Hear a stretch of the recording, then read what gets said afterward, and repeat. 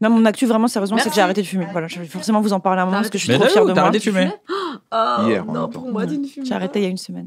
Est-ce que c'est une victoire? Une semaine? C'est incroyable. Et hier soir, j'ai passé mon premier test de la soirée où tout le monde picole et on est debout dans la rue, on revoit des gens qu'on n'a pas vus depuis longtemps, il y a des gobelets de verre blanc et tout. Et tout le monde fume, absolument tout le monde fume. Et j'ai pas du tout fumé.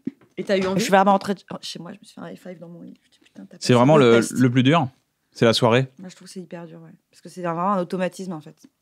T'es en train de parler, et puis en plus, les gens n'arrêtent pas de me tendre des paquets, me faire « Ah mais non, t'as arrêté, c'est vrai. » Moi, je vous vois depuis des années, parce que je fume pas depuis des années.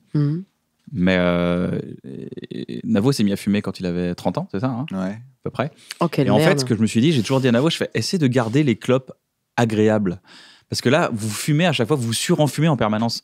C'est pas genre vous fumez des clopes, c'est pas genre. Ouais, c'est vrai qu'à un moment, tu dis, mais celle-là ne servait à Elle rien. ne servait à Mais de rien! toute façon, je pense qu'à un moment, ça n'existe plus, la clope plaisir. Moi, j'ai la clope la plus stylée du monde. Je fume jamais, presque. Sauf. Après l'amour, donc une fois. Non, tous les sauf 6 comme mois. ça, de temps en temps, le soir, parle sur dans le le micro, parle dans balcon. le micro. Tu vois ce que je veux dire? Mais c'est ta clope un peu. Ben, c'est en fait, ta non, clope mais des CBD. fois, C'est là, ta j'ai clope un CBD. paquet, ça fait 3 semaines qu'il est à la maison, je rentre le soir, des fois je m'en fume une, mais c'est rare, quoi.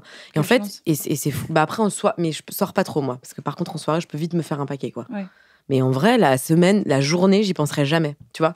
Genre me dire, ah là, je vais descendre en bas pour aller fumer une clope et tout. Moi, je suis une toxicologue pour arrêter de fumer. Voilà. C'est vrai? Ouais. Bah, Et c'est ça marche super bien. Et en fait, elle m'a expliqué qu'à partir de entre 5 et 10 clopes, première fois que tu en fumes de ta vie, ton cerveau met en place le petit circuit de c'est la récompense. Ouais. C'est qu'après, tu dis, putain. oh putain, 1 heure de vaisselle. Mais après ça, une bonne petite clope. Et en fait, ça devient un réflexe de 5 minutes à marcher, mais une bonne petite clope. Et en fait, ton cerveau, il arrête pas de dire, franchement, t'as mérité là. Et c'est juste Une ça, en clope. fait. Mais après une bonne petite clope. Non, mais c'est ça. Et à aucun moment, elle est agréable, en fait. Est-ce C'est qu'on ça ferait qui pas est une bonne le pire, petite c'est clope? dégueulasse, mais bon. Tu fumes depuis quel âge? J'avais commencé à 13 ans. là Ah là. ouais, donc derrière le lycée, putain. derrière le collège. Ouais. Est-ce que c'était derrière le collège, c'était devant carrément? Non, c'était en Corse parce que c'est moitié prix, le tabac. Il n'y a pas de D'accord. taxe, donc D'accord. ça coûtait que dalle.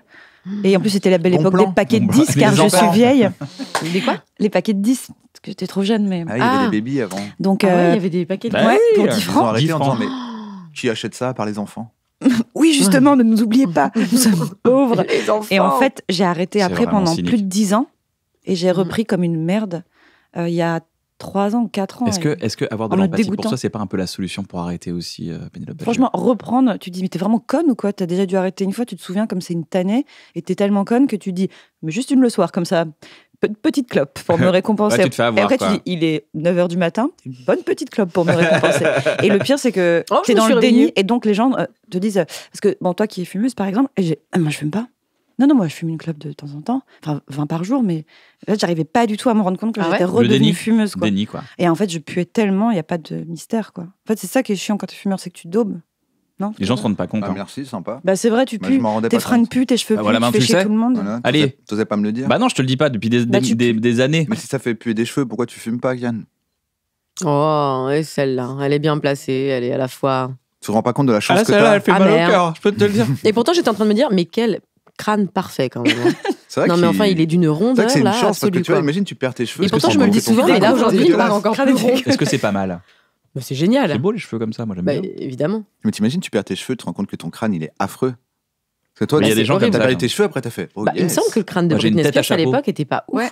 C'est vrai que c'est un peu la loterie, Ouais. en fait. Mais tu le découvres qu'une fois, je pense. Moi, je pense que j'aurais des vieux grains de bottes partout. très plate derrière. Je ferais une très mauvaise En plus, je me disais, heureusement que les gens perdent pas leur barbe, parce qu'il y a des gens, il y a des mecs qui sont vraiment cachés Bah. derrière leur barbe. Si, il y en a qui perdent leur barbe. Ils ont des pelades. Il y a Ouais, vraiment ouais. des, ouais, il y a vraiment des Non, mais c'est visages rare, cachés. tu vois, c'est pas Tu comme travailles la avec calvitie. il y a tout ça en Avec une moins. tache blanche comme Edouard Philippe. Non, Ouais, voilà, c'est ça. franchement, ça C'est dingue ça. On a envie de dire, va te reposer. Ouais. Ça te va pas du tout là ce que tu Ouais. fais. Ça se voit, ton corps t'envoie des signaux. Ton corps te C'est vrai dit, qu'il faut lire son corps. arrête Ouais. Edouard, arrête. Rase-toi, sinon ça Retourne nous au met mal à Havre l'aise. ou fais quelque chose. Non, mais fais Ouais, autre ce qu'il a chose, fait, fais Mais autre lui, chose. là, il se repose, Mais tu sais non que ça se trouve, il s'éteint, il y en a un merde, qui faisait ça. Ah, ils oui, avaient quand fait même. Petite commune. Ça occupe, hein. Comment il s'appelle le mec C'est qui des grosses s'éteint journées, quand même. Il y a un gars qui s'éteint les cheveux en blanc Tu pour veux dire pour avoir c'est l'air cynique? sérieux. Pour avoir l'air sérieux. Moi, Mais j'essaie oui, de faire ça. un Mais ministre pour avoir ou l'air un- instagrammable, vraiment, pas pour avoir l'air Franck sérieux. Riester, tu crois? Non, Mais non. en fait, il fait assez jeune, il ressemble un peu à Nicolas Bernot. Enfin, non, il ressemble pas à Nicolas Bernot. Ah, Mais c'est si une- quelqu'un devait le jouer, on pourrait demander à Nicolas Bernot. Il était Comment barbu?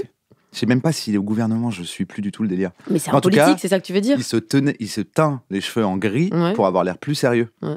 Donc ça Ah, se mais trouve. sage. c'est pas genre Laurent Wauquiez, non. Ah, peut-être. Je cherche tous les mecs qui ont des têtes de jeunes Avec des et des cheveux gris. Ouais. Moi, je sais plus. Enfin, je sais pas si En tout cas, il y en a un qui le faisait. Donc, ça, t'imagines, on découvre qu'Édouard Philippe, en fait, il a fait exprès de se teindre un bout de sa barbe pour que les gens disent il bosse quand même. C'est bien la preuve. En fait, c'est quand. C'était quoi, France 2 J'étais à Lyon. Commence à faire des petites phrases. Il était maire de Lyon. Ouais. Mais ton corps te dit mauvais choix dans la vie, là. Là, trop de pression, trop de stress. Et là, tu as une sorte de cartographie. Elle a grandi, ça. Ouais, La cartographie, tout stress, ça a commencé le 24 janvier. Il est arrivé pendant le confinement, il arrivait genre, j'ai des bonnes nouvelles. Non, ouais, c'est non, vrai. Edouard, t'as pas des bonnes nouvelles. Non, t'as pas des bonnes nouvelles. Ça va, t'as pas des bonnes nouvelles. C'est quoi on peut se servir de cette tribune pour dire, qu'est-ce qu'on peut faire pour encourager les jeunes à ne pas fumer? Parce que c'est dans la dynamique d'un jeune de faire quelque chose qui est un peu destroy, un peu autodestruction. Qu'est-ce qu'on peut dire aux jeunes de ne pas fumer? Moi, je voulais pas forcément que ça devienne un sujet. Hein, non, mais j'aime bien, moi. C'est toi qui as dit, je vais en parler, je vous préviens. Donc maintenant, on en parle, tu nous as Et prévenu. maintenant, c'est à toi de voilà, faire... j'avais envie d'être fière et qu'on me dise, waouh, bravo. Mais... Bravo. Vous savez, c'est pas grand-chose. Je consulte une spécialiste. Alors, qu'est-ce que tu as fait d'autre? Écoute, c'est déjà l'émission de... Qu'est-ce que tu as accompli d'autre? Qu'est-ce que tu as fait d'autre, alors? Tant de choses. Non, le conseil, c'est de dire, mais oh là là, vous allez tellement galérer à arrêter. Ouais. Moi, c'est vraiment... Enfin, je sais pas si j'allais voir Pénélope, 13 ans, et que je lui disais, tu vas en chier pour arrêter. Je dirais, ouais, mais je m'en fous parce que j'arrêterai pas. Je vais vivre vite et mourir jeune. Et je lui dirais, tu vas avoir une peau dégueulasse et puée. Et tu vas casser l'ambiance tout le temps à dire, juste, je vais 2 secondes fumer et tu feras chier tout le monde. Je lui dirais, tu sais, à un moment, vous ne pourrez plus fumer dans les lieux publics, Pénélope. Ça va devenir très compliqué. Et c'est vrai qu'il y a eu ça aussi. Ça n'arrivera jamais. Hein. Ça m'étonnerait. Et tu vas plomber l'ambiance tout le temps. Tu vas te peler le cul à aller sur le balcon toute seule à fumer des clopes. Enfin, c'est nul, quoi. C'est vraiment une vie nulle, je dirais. J'avoue. Et quand tu seras pas fumeur, des fois, tout le monde ira fumer sur le balcon et toi, tu seras tout seul, comme ça, avec un paquet de chips. Mais non, parce que tu vas avec les fumeurs, comme une merde. Ah non, bah non, j'y vais pas. Moi, j'aime pas. Ah, t'y vas pas? Non, ça m'a déclenché des sinusites de ouf. Des quoi? Là, par contre, il faut articuler. Des sinusites. Ça m'a déclenché des sinusites. C'était incroyable. Ah, d'aller dans le froid avec les fumeurs? J'ai l'impression qu'on fait tout ça comme on n'a pas de casque. Tu sais qu'on fait. Ouais, ça, le sujet. J'ai son, il est en galère. Putain, mais pourquoi ils parlent tous en même temps? Pourquoi ils grincent?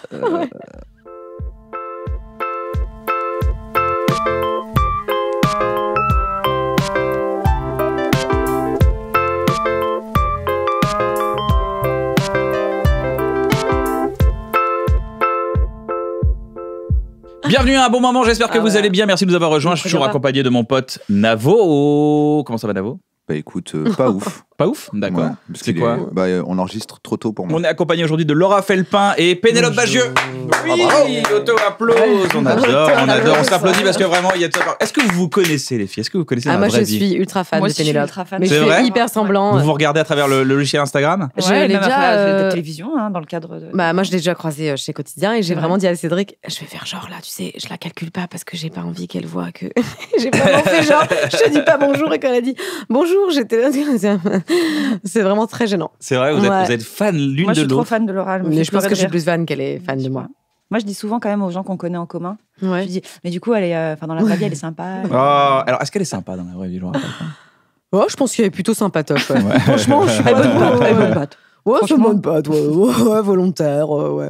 Vous n'êtes jamais rencontré, c'est la première fois que vous vous rencontrez. Si, on se fait au quotidien, mais oui, mais dans le cadre de la promotion. Comme ça, avec des amandes grillées, c'est la première fois. J'étais déguisée en flic, c'est drôle. C'est horrible. Ouais. Qu'est-ce que j'ai ri. Ça y est, ouais. Ouais, c'est la première fois comme ça. Ouais.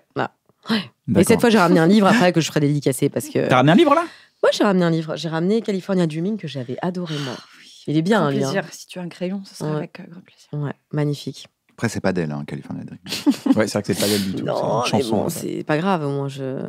J'ai apporté mon CD, c'est la même gamme. J'ai apporté le CD. Un album, des Beatles. J'adore ce que tu fais. Pour qu'elle me le dédicace, quoi.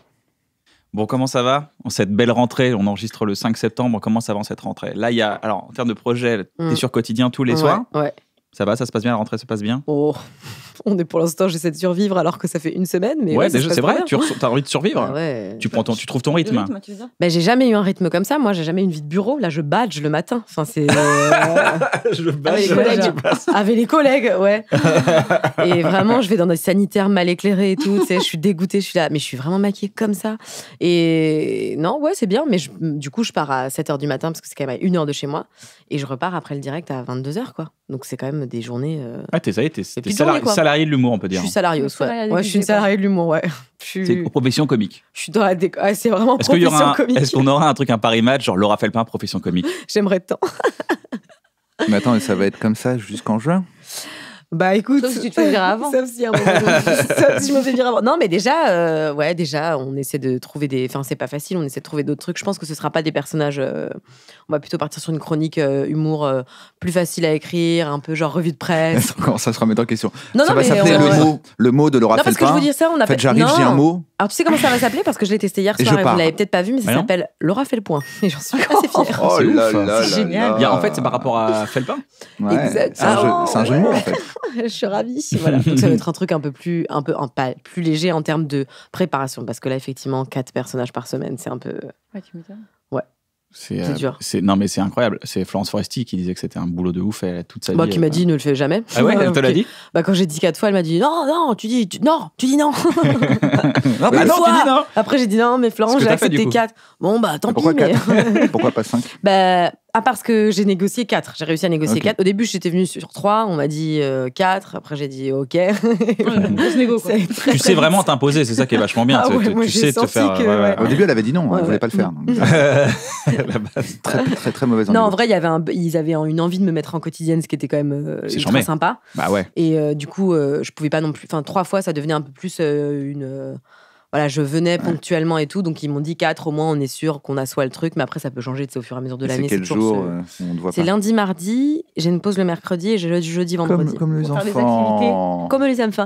Non, parce qu'en fait, le mercredi, j'écris les tests de jeudi, vendredi, parce qu'en fait, on tourne maintenant les 2 émissions jeudi, vendredi. Donc en fait, quand même, j'ai pas de... Donc finalement, tu as 3 jours par semaine de travail. Est-ce que tu ressens ce truc quand on finit une chronique de se dire « Ah, j'ai fini. Il y en a 5 la semaine prochaine. » Non, parce que j'essaie pas de me dire ça. En fait, j'ai pas le temps, quoi. Non, je suis trop fatiguée. Non. Tu vis quand même au jour le jour. Ouais. Et puis on se marre bien quand même. Globalement, on se marre quand même bien. Donc l'ambiance est bonne. L'ambiance est bonne. C'est le plus important dans ces moments-là. L'ambiance, elle est super bonne. On m'a mis un bureau en face de la Tour Eiffel et tout, donc je suis trop contente. Et je suis trop contente. Je suis une vraie touriste. Je suis trop contente de l'avoir tout le temps. Et puis je suis avec Cédric et un autre co-auteur. Alors explique-moi qui est Cédric. Cédric, c'est mon meilleur pote, mais c'est mon co-auteur aussi. D'accord.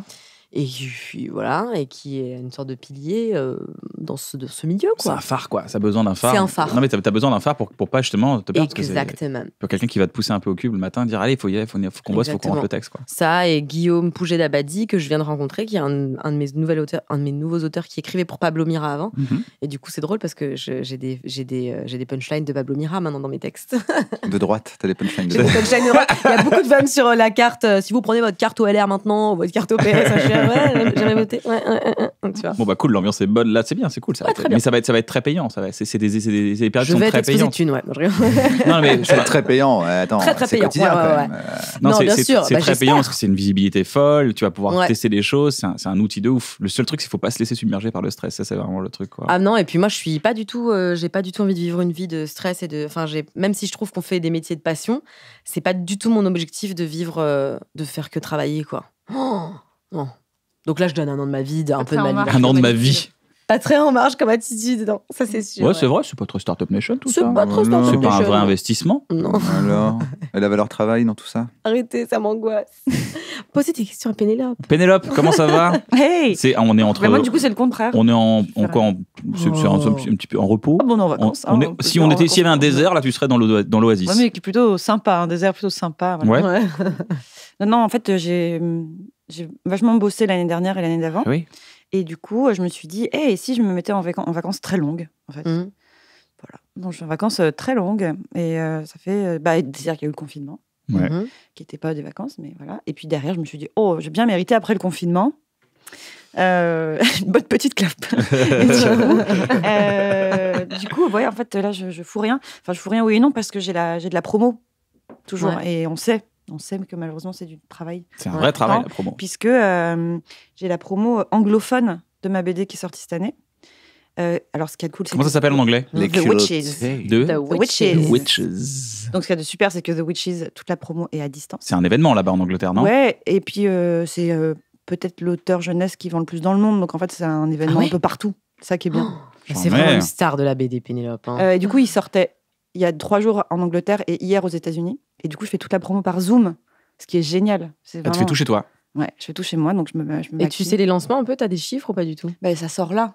Ça sort là, ouais. C'est vrai. C'est pas faux. Donc, j'ai rien. Chopé sur le. Ouais. Non, mais t'as les Est-ce que ce sera le nouveau Tenet? Je suis tellement timide avec mes éditeurs américains et anglais que je dis plutôt merci. Merci. Et même quand ils me demandent des trucs hyper chiants ou en France, je dirais non, mais direct. Là, je fais évidemment. Ah oui. Je fais tous les trucs chiants. Américain aussi. Tu vas être publié aux États-Unis? Hier.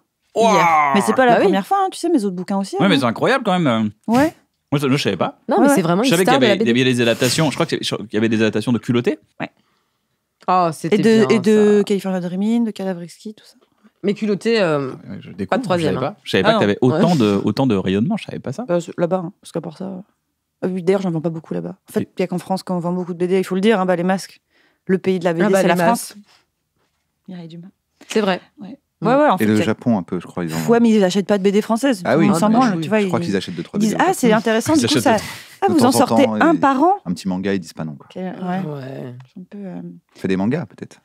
Ouais, mais je pense que pour qu'ils suivent, il faut que tu fasses un manga tous les mois, comme eux. Parce que sinon, ils disent, à quoi bon? Ouais, tous les jours, je crois. Faire comme elle, mais en manga, quoi. Ouais, c'est ça. Toi, tu cartonnes. Oui, où sont mes 3 pages? C'est un autre délire. Où sont les 3 nouvelles pages de mes aventures?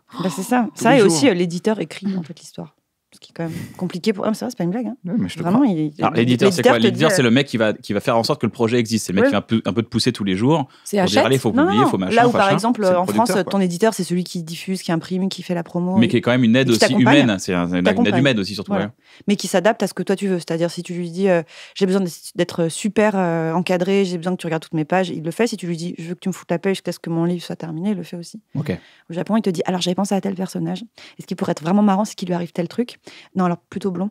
Et voilà, c'est vraiment ça, quoi. Et quand tu dis, et ma liberté d'artiste, ils disent, de quoi? Ah ouais. C'était ma bitch. Au délire. Et là, donc là, t'es en période de repos. De promo repos, un peu quand même. Un mot valise, je suis en promo repos. Et tu kiffes un peu cette période de recharge, un peu, de recharge. Le problème, c'est que je vois pas comment on s'arrête. Du coup, après de rien foutre. De se recharger de rien foutre. Peut-être qu'on se dit, il serait peut-être temps de. Il serait peut-être temps d'accuser. J'ai une jolie histoire de, tu vois, je me nourris de plein de choses, je me recharge, tout ça, mais vraiment. Non, faut que tu travailles avec des gens. Faire des trucs. Ouais. Moi, sinon, je m'arrêterai jamais. C'est parce qu'ils m'appellent. Ouais. Tu t'arrêterais jamais de rien faire, tu veux dire? Moi, je fais jamais rien. En fait, c'est vachement bien. J'avais vraiment oublié parce que j'ai l'impression que j'avais aussi 10 ans sans m'arrêter. Tu te fixes une collab et comme ça t'oblige, tu vois. Une collab suprême. Je sais pas. Jeu X suprême. Des collabs suprêmes. Non, mais en fait, la temporalité d'une BD est tellement longue que quoi qu'il arrive, même si je me mettais demain au boulot, j'aurai un livre dans 2 ans, quoi. Donc en plus de ça, tu vois, je me dis putain, si je veux sortir un livre avant. Moi, j'aimerais. J'ai pas promo un point fixe, les élections, par exemple. Ouais. Je me dis, américaine ou française? Française, 2022. Si je veux avoir une BD pour les élections, il faudrait que je commence cette semaine, quoi. Oh la vache, j'ai une idée. Flemme de s'y mettre vendredi là. De refaire une adaptation? Ah non. Non, un truc de from scratch. Faire les trucs de. Ouais, je sais pas. Franchement, ça m'angoisse pas du tout de rien foutre. Tu scénarises sans dessiner, ça arrive ou pas? Non, ça me. Toi, t'as plus dessiné sans scénariser que là. Ouais, qui me fait un peu chier aussi. Qui est chiant aussi. Mais... Parce que là, pour le coup, c'est le bon plan. D'écrire pour quelqu'un? De faire juste. Ouais. On est vraiment en train de lui trouver. Je crois que c'est du boulot quand même. Ah oui, c'est du boulot, mais je pense que quand t'as l'habitude de faire ton truc. Mais la peinture, ça tu veux pas peindre? Tu dis putain, attends, j'ai juste fait des croquis. Après, c'est. C'est Michelangelo qui fait des trucs à l'aquarelle, c'est génial. Vous devriez pas bosser ensemble? Tiens, bosser ensemble, ça vous ferait pas plaisir ou pas? Une BD sur moi? Elle veut pas travailler sur les personnages. Tu fais juste une petite adaptation de tes personnages en BD. Je dis ça en me disant, si ça se trouve, tu vas le faire. Et après, non, trop longtemps dans l'émission, je me dirais putain. Oh, jamais. Tu dessines, Laura, ou pas du tout? Pas du tout. Du coup, j'aurais adoré. Non, Anna chacune. After, que je salue, m'avait offert à l'époque, parce qu'elle dessine du feu de Dieu. Elle est forte. Elle est très forte. Elle m'avait offert un livre de 2 mecs que tu dois connaître. Moi, je suis assez nulle, j'ai pas trop de ref, qui était s'amuser en dessinant. Et c'est tout un truc où tu apprends à dessiner, mais pas pour bien dessiner, mais parce que tu veux donner, par exemple, des humeurs, des visages à tes personnages, des trucs. Mais c'est pas le bouquin hyper connu là de. Il est super bien, mais c'est pas avec Tommy Ungerer, c'est l'autre. Ah non. Okay. Il y a 2 mecs, c'est 2 mecs. Sacco et Vanzetti. Je cherche des duos de Eric Ramsey. Non, et c'est trop bien. Et du coup, je trouve que avoir une approche du dessin qui est plus dans le ressenti et ce que tu veux faire passer dans ton dessin que dans le fait de bien dessiner, parce qu'en fait moi je dessine pas bien, mais j'adore dessiner, tu vois, mais j'ai toujours cru que comme j'étais nulle, fallait pas que je dessine. Non, mais dessine mais mal, et c'est marrant, faites un duo. Exactement. Ça s'appelle les rêves foireux de Flora, tu vois. Et c'est Flora, quand elle rêve, c'est toi qui dessines. Flora fait le reste du temps, c'est Pénélope. Et dès qu'elle fait un rêve, c'est toi qui dessines son rêve. Trop nul, putain. Et on le sort sous le nom de Pénélope, on est tranquille, ça vend, tu vois. Aux États-Unis. Flora fait le point. Comme le mec qui vit au Japon, là, comment il s'appelle, tu sais, qui fait dessiner ses enfants et qui refait leurs dessins. Tu vois pas ce truc là? Ah si, mais c'est un compte Insta, c'est ça? Ouais, c'est un compte Insta, puis il en a fait un bouquin. Ah, trop bien. En fait, ces gamins, ils dessinent des trucs. Ouais. Et après, lui, il les refait. Lui, c'est un mec qui dessine des comics et tout. Donc, eux, ils sont là, ils font c'est un bonhomme avec des épaules carrées qui lance des missiles. Et après, pas de problème. Et il le refait stylé, il le refait de ouf. Il y a un gars aussi qui fait ça pour son enfant de 2-3 ans. C'est un mec qui fait des FX, il fait des effets spéciaux.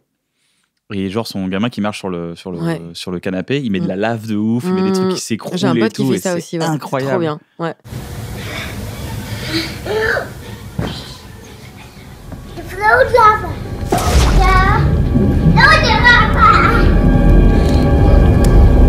T'as un pote carrément qui fait ça? Ouais, j'ai un pote, Émilien Lazaron, que j'adore. Mais en porno, par contre. C'est en porno. Mais en porno. Rajoute de la lave. Qui a fait trop de films. Il a fait plein de trucs et c'est trop bien. Et il fait ça avec sa fille aussi, Heidi, qui est trop mignonne. Il lui fait des petites... tu vois, il lui a créé des petites animes pour des contes du soir. C'est pas trop mignon? C'est stylé. Ouais. C'est stylé quand tu peux faire ça. Alors, quelles sont les questions que tu détestes? Oui, alors non, mais moi, je laisse parler, tranquille. Celle-là, peut-être. Petit à petit dans l'interview. Non, alors, est-ce qu'il y a des choses qui te rebutent? Parce que est-ce qu'il y a encore ce cliché de... Alors, ça fait quoi d'être une femme dans... Ils osent plus trop, non? Non, ça y est? Ouais, c'est compris. Ça y est, on a passé un step, ça y est? Ouais, ça y est, on a passé autre chose. Ah, cool. C'est vrai? Attends, trop bien.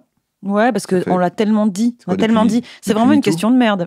Et donc, ils font... Bon, alors, je ne vous demanderai pas... Ah, d'accord, je demanderai... Alors, je ne vous demanderai pas, il commence... Non, la nouvelle version de ça, c'est un peu plutôt... c'est important pour vous de parler de personnages féminins? Fatigue. Mais c'est pas la question la plus con. En fait, c'est pas tant des questions... Pourquoi il y a ça? Pourquoi il y a ça? Pourquoi ça existe, ça? Cette question-là? Pourquoi ça existe? Pourquoi? J'ai dit pourquoi? J'ai dit pourquoi, alors? Pourquoi? Pourquoi? Ma question, c'est pourquoi ça existe? Pourquoi il y a ce référent mâle, tu vois, comme ça, ils ont dit, ah bah, tout ce qui n'est pas un homme, bah, c'est nouveau. C'est une vraie question que tu poses, là. Parce que là, ça va prendre un petit peu de temps. Alors, le patriarcat. Non, mais... Je vous demande... Toi, t'as débuté. Parce que c'est comme si tu dis à Annule quelqu'un... la résa pour le déjeuner. Ça fait quoi de faire une BD quand on n'a pas de pénis? Ça fait quoi? Parce qu'il faut un pénis pour dessiner, c'est important. C'est ça? Ça fait quoi d'être maman, d'avoir un travail quand on n'a pas de pénis? C'est quand même abusé. Ouais.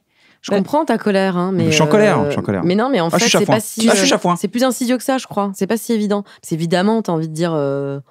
elle peut écrire une BD, c'est une femme et c'est normal, tu vois. Et ce serait bien que tout le monde soit en colère comme ça, mais en vrai, c'est plus compliqué que ça, je crois. Hein. Tu sais, Lisa Mandel, qui est une autrice de BD, elle a organisé une conférence de presse à Angoulême où elle a invité plein d'auteurs, mecs, et elle leur a posé en miroir les questions qu'on pose aux meufs tout le temps.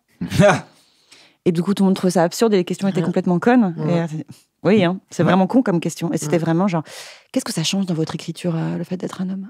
C'était vraiment que des questions comme ça. C'était génial. Voilà. Pour souligner l'absurdité de ces questions de merde. Mais c'est pas... Il n'y a pas vraiment de questions de merde. Le truc qui est chiant, mais bon, c'est chiant, c'est le jeu. Je trouve, en promo, quand on fait beaucoup, et surtout beaucoup d'affilés comme ça, c'est quand même les mêmes questions tout le temps. C'est répété, ouais. Tu peux, à la fois, au début, tu n'oses pas répondre un peu toujours la même chose parce que tu as peur que les gens aient lu 2 fois qui disent elle répond tout le temps la même chose. Alors qu'en fait, il y a quand même statistiquement peu de chances que les gens lisent Le Figaro et Libé. Oui, c'est ça. C'est vrai qu'il y a peu de chance pour le coup. Peu de chance, oui. Et sauf si c'est leur métier. Et à la fois d'avoir l'entrain, comme si c'était la première fois que tu répondais et pas faire. Ouais, comme je le dis souvent, enfin, tu vois. Je trouve que c'est ça qui est un peu difficile. Après, ça reste des gros problèmes de riches, donc c'est pas non plus des questions de merde de dire. Trop de promos, mais pour la non, mais c'est intéressant aussi parce que ça décrit quelque chose. En fait, il y a un truc dans la promo, c'est le système. Toi, à la base, t'es artiste, t'écris des choses, t'écris des œuvres, et à un moment donné, ton travail, c'est l'autre moitié d'être du boulot. brochure de toi-même. En fait, c'est l'autre moitié de ton boulot. Ce qui est embêtant, je trouve, j'ai deux choses à vous raconter. Elle structure son propos. Alors, que je vais développer en 3 points. Non, c'est très rapide. Je ne vais pas vous ennuyer longtemps, mais j'ai 2 choses. Tu nous ennuies pas, ça nous intéresse.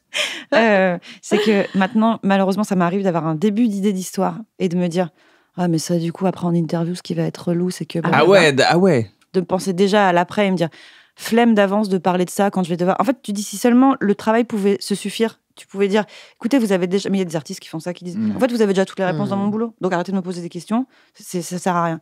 Mais tu peux pas faire ça à ton éditeur, à ton attaché de presse, tu peux pas dire, du coup, je vais faire aucune presse. Tu vois. Diams avait fait ça. Elle avait son dernier album, elle a dit, je ferai que des concerts, je ferai que des chansons, je parlerai pas de mon album, et tout est dans mes textes. Et c'est vrai que tout est dans ses textes. Bah ouais. Les gens qui sont surpris, je fais, mais écoutez ces chansons, ça fait 2 albums qu'elle le dit. C'est pour lui dire, qu'est-ce que vous avez voulu dire? Est-ce que finalement, tu fais, je sais pas, écoute. C'est marqué dans la chanson de Mario. Ça, c'est sûr. Mais tu penses que tu pourrais, aujourd'hui, parce que t'es quand même une superstar de la BD, la plus grande star. Je fais pas de promo, et ça vend. Moi, je pense que ça vend quand même.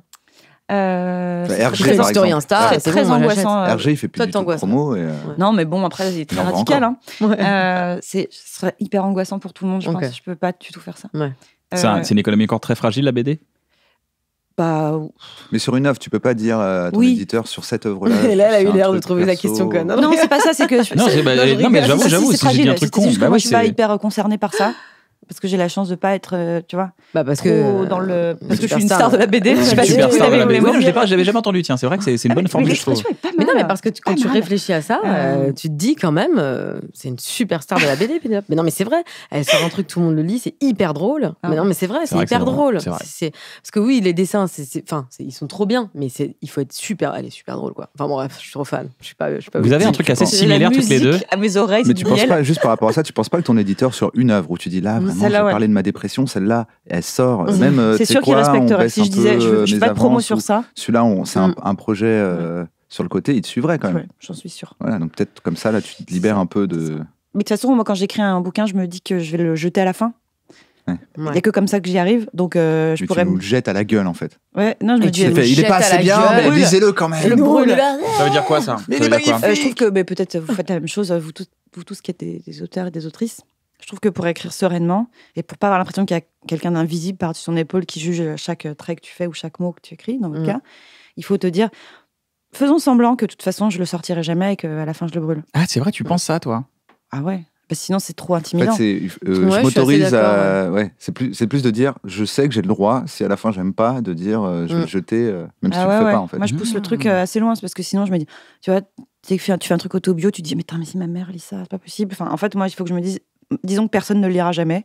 Et du coup, j'écris tranquille. Et à la fin, je le donne. Moi, ma mère, elle sait pas lire. Donc, du coup, c'est pratique. C'est vrai que c'est un avantage. Un bon moment. Et cette deuxième chose que je voulais vous dire, parce que je perds pas le fil, c'est pas une anecdote sur moi, c'est une anecdote plus sur lire parce qu'elle a un problème neurologique. Ah oui, c'est vrai ou pas? C'est vrai. Qui le saura? Est-ce vrai, n'est-ce pas vrai? Moi, je connais la vérité et je trouve ça très drôle, du coup. Elle est vraiment. Oh non, je suis désolée. C'est horrible. Mais c'est pas grave, ça fait un bon moment après. Tout de suite. C'est vraiment une bonne maman. Une bonne. T'as dit la même? T'as dit une bonne maman? Non, je viens de dire la même chose. Vas-y, pardon. Le deuxième point. J'ai appris que parce que je me plains, tu vois, de ça quand vraiment ça fait longtemps que je suis en promo et que je suis sur le point de faire une Britney tellement j'en peux plus et tout ça. C'est vrai, franchement. Se raser la tête et danser devant Instagram. Ah putain, t'es genre d'être violente et de dire allez, j'en peux plus et tout. Après, je me dis, au bout de 1 minute 40, je dis ça suffit. Et je redeviens gentille, mais bon, bref. Et en fait, j'avais parlé pendant la promo avec une comédienne française qui faisait la promo avec moi et pour diverses raisons. Et je lui dis oh là là, mais t'en as pas trop marre toi quand tu fais ça et tout. Et vraiment, c'était vraiment le petit padawan. Elle me disait non mais bienvenue dans la vie d'une actrice. En fait, c'est que c'est même pas que c'est la moitié de ton boulot, c'est que c'est le gros de ton boulot. Parce que si jamais tu es connue comme une actrice qui veut pas faire de promo, il y a des gens qui veulent pas tourner avec toi parce qu'ils disent que t'es mauvaise joueuse et que t'iras pas faire des télés, donc on t'engage pas en fait. Donc la moitié de ton job, c'est d'aller faire des sourires après et de répondre 200 fois aux mêmes questions et tout. Et ben ça m'a fait bien fermer ma gueule et je m'étais dit ok, je me plaindrai plus jamais parce que en plus les injonctions sont pas les mêmes. Les actrices en plus elles doivent être belles. Enfin tu vois, elles peuvent pas arriver avec un vieux pull. Ah non, c'est compliqué. Donc, sinon on dit elles respectent pas les gens, tu vois, alors que un auteur de BD s'il a les cheveux sales, on dit c'est un artiste. C'est un artiste. Il a pas le temps, il travaille. C'est ça. Je crois qu'il a que ça à foutre de se laver les cheveux. Mais alors ton process, c'est un process quand même assez. Écoutez, ton procès, je te dis merde, qu'est-ce qui s'est passé? Comment ça s'est terminé ton procès? Ah oui, parce que oui. Alors ton process créatif, c'est quand même, ça parle quand même d'un truc. Il y a quand même une peur, quoi. Il y a un truc. J'avais lu une phrase où tu disais, je suis très excité par la page blanche. Et alors, c'est quoi ça un peu? Je parlais de mon livre avec Poulet. Du livre, la page blanche ou... Non, pas du tout. Non, mais est-ce que tu as le stress de la page Non, pas du tout. C'est génial. Je sais que j'adore. C'est vrai. Moi, je te connais. J'adore. Tout ce dont tu parles dans tes BD, c'est toujours hyper intime. Tu prends tu prends un truc même qui pourrait paraître léger, mais au fond, tu sens qu'il y a une vraie vérité, tu sens que tu as envie de raconter. Surtout, moi, je t'ai connu vraiment dans l'autobio pur. Il y a un truc hyper sensible, il y a un truc hyper vrai. Est-ce que ça, c'est pénible ou est-ce que c'est curatif? Genre, ça fait du bien de parler de soi? Ouais. Est-ce que ça te fait du bien? Bah oui, c'est pour ça qu'on le fait tous. Mais c'est dur. Est-ce que c'est un process qui est dur? Parce que quand tu commences... J'ai pas compris, excité par la page blanche. Quand tu ne sais pas ce que tu vas dessiner, ça ou le fait d'être devant une page physiquement. Ça l'excite, non, c'est juste que je trouve ça. Ah, c'est une vraie chaudière devant une page blanche, t'as peiné. Tous les possibles de quand t'as du papier et plein de feutres de plein de couleurs côte à côte, tu sais pas, visuellement, il y a un truc que je fais. Ok. T'es pas excité par le syndrome de la page blanche quand tu sais, je sais pas quoi faire? Non. Ok, ce que je comprenais pas, ça c'est horrible normalement. Non. Ah oui, c'est l'idée de dire tout est possible. Moi, j'ai compris ça. C'est tiens, parce qu'une question de merde qu'on te pose souvent, c'est est-ce que vous avez l'angoisse de la page blanche? On demande tout le temps ça aux auteurs, tu vois. Et donc tu leur expliques que bah non, en fait, le problème d'une BD, c'est que c'est long à faire. Donc c'est pas que t'as pas d'idée et que c'est angoissant, c'est que bah s'il faut t'y mettre et c'est chiant en fait. Donc le plus important, c'est de s'y mettre. C'est tout ce temps que tu fais des fois. Allez, je m'y mets cet après-midi, je m'y mets après manger, après une bonne clope, après une bonne. C'est ça. Ouais, mais ça fait longtemps que j'ai pas rangé derrière cette bibliothèque. C'est vrai que c'est ça les filles. Et si je triais tout ça par couleur. Allez, c'est parti. J'ai une BD. T'as la BD qui fait. Débordé. C'est ça. Est-ce que tu fais des petits tableaux que tu coches? Non, mais c'est vrai, parce qu'il y en a plein qui le font. Pour les pages qui avancent. Ouais. Comme un loading. Non, mais je regarde toujours mes pages que j'ai fait la veille et l'avant-veille pour me remettre dans une rampe de lancement. C'est bien Pénélope, c'est bien. Allez, on enchaîne. Et du coup, je suis... Je croirais les révisions. Au début, c'est un peu triste, tu fais 1, 2. Bon, alors là, 3. Et quand on est à 27, t'es content. Et en plus, c'est joli. Tu regardes tes pages de la veille, tu dis... Tu dis, c'est trop bien. C'est joli. Vous avez un truc qui vous rapproche énormément, c'est que vous êtes très exigeante. Je sais que c'est quand même assez minutieux. On avait une fois discuté, tu m'avais dit, alors qu'est-ce que tu penses? On parle de l'œil, est-ce que là il exprime bien? Vraiment, t'as été. Et je sais, pareil pour toi, Laura, je pense que tu fais 40 fois une vidéo pour sortir une vidéo sur Insta, par exemple. Ouais. Quoi? Tu dois faire 40, 50. Comme tous les comiques, tu dois travailler très, très en fait, je suis pas rigoureuse dans l'écriture, je pense, beaucoup moins que ce qu'on croit, parce que en fait, par exemple, Instagram, j'écris jamais, je le fais tout le temps. Mais du coup, je le fais longtemps, jusqu'à ce que vraiment je me dise non, mais en fait, c'est ce mot et tout. Je pense que je gagnerais plus de temps d'ailleurs à l'écrire peut-être parfois. En fait, t'écris mais en le faisant, quoi. J'écris en le faisant. Mais du coup, ça me fait perdre parfois un peu de temps, un peu d'énergie et tout. Et là, tu n'écris pas sur un papier, tu n'écris pas sur une feuille ton Insta. Une fois, j'ai écrit sur un papier, ça n'a pas du tout marché. Et d'ailleurs, j'ai mis le bêtisier sur Insta parce que j'ai jamais réussi à aller au bout de ça. Il y avait trop de mots compliqués. Je voulais faire une meuf en conseil de classe et ça marchait pas du tout. Afin de faire un bilan médico. C'est trop dur, Laura. C'est trop dur. Un bilan. Dommage! C'est-à-dire que ça fait partie des troubles du spectre. Ah, dommage! Bon, je crois qu'il faut que c'est le flow que tu veux que ça sonne bien, en fait. Tes mots, tu les trouves en fait, je trouve que c'est un peu... En fait, je trouve que c'est vraiment le truc de l'attitude du corps, des mots. Enfin, il y a un ensemble quand tu filmes d'un coup où tu peux voir tout le truc s'embriquer, mais je pense que je gagnerais parfois du temps à écrire. Et d'ailleurs, là, on a un nouvel auteur avec Cédric qui genre, écrit vraiment avec des structures et tout. Il fait, donc là, j'ai fait 5 propositions de fans en police 14. On les valide si c'est vert, on les met en jaune. Et moi, je suis perdue. Et je trouve ça génial parce que moi, j'ai plutôt tendance... à faire pareil, à me dire comme Pénélope, je vais écrire un truc et je m'en fous si je le sors pas ou quoi. Mais par exemple, pour les chroniques, je sais que ou pour les personnages chez Quotidien, pour le coup, là, j'écris, je fais pas semblant de venir comme ça. Mais du coup, là, j'écris et c'est jamais, il n'y a pas vraiment de structure, de forme, tu vois, c'est un peu toutes les idées, les trucs. Une sorte de nuage. Ouais, et j'arrive à restructurer. Mais difficilement, comparé à là, tu vois, je fais ce travail avec Guillaume qui, il structure tout, il est vachement plus efficace. Moi, il y a vachement de trucs que j'ai du mal à couper. Et en fait, c'est totalement un autre... Et tu te sens quand même tu te sens à l'aise avec ça ou pas? Tu te sens à l'aise? J'apprends à fond. Parce qu'il y a des gens qui peuvent te tordre aussi. Ça peut te tordre. Du coup, je trouve que, tu vois, pour l'apprentissage du texte, après, c'est plus difficile parce que c'est moins mes mots que je m'approprie. Il y a une autre écriture qui arrive, donc d'un coup, forcément, je le retiens moins parce que moi, j'ai une mémoire hyper... Enfin, tu vois, c'est quand je l'ai pensé et que je l'ai écrit que j'arrive vraiment à le retenir et tout. J'ai presque même pas besoin de me relire quand je fais ça, quand c'est moi qui l'écris. C'est instinctif, en fait. Ouais, mais quand Enfin, je pense que j'ai une mémoire visuelle, en fait.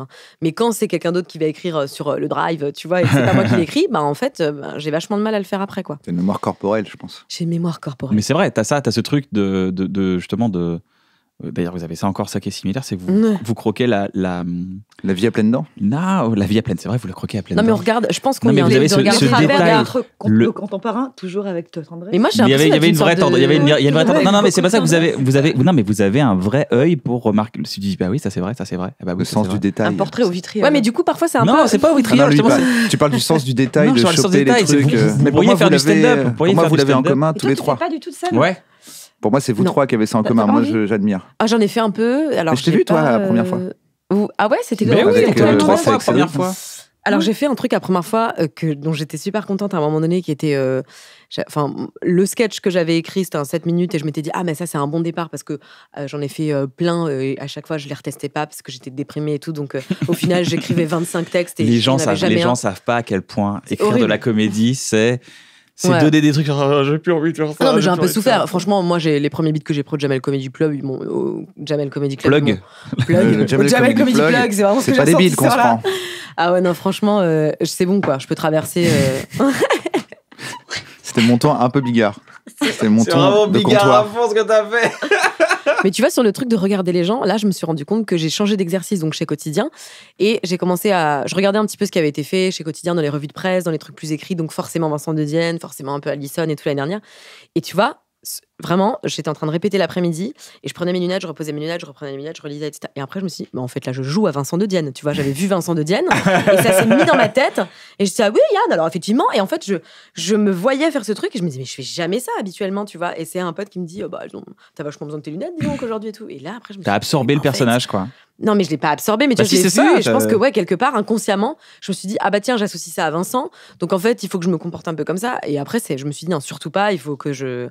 Tu vois, là, c'était vraiment pas le moment de faire genre, en plus, j'ai mis de Vincent de Dienne, alors que je fais un truc un peu similaire et tout sur l'écriture. Donc, mais ouais, en même temps, c'est les meilleurs trucs de regarder les gens qui ont des. Mais non, mais t'absorbes le truc, quoi.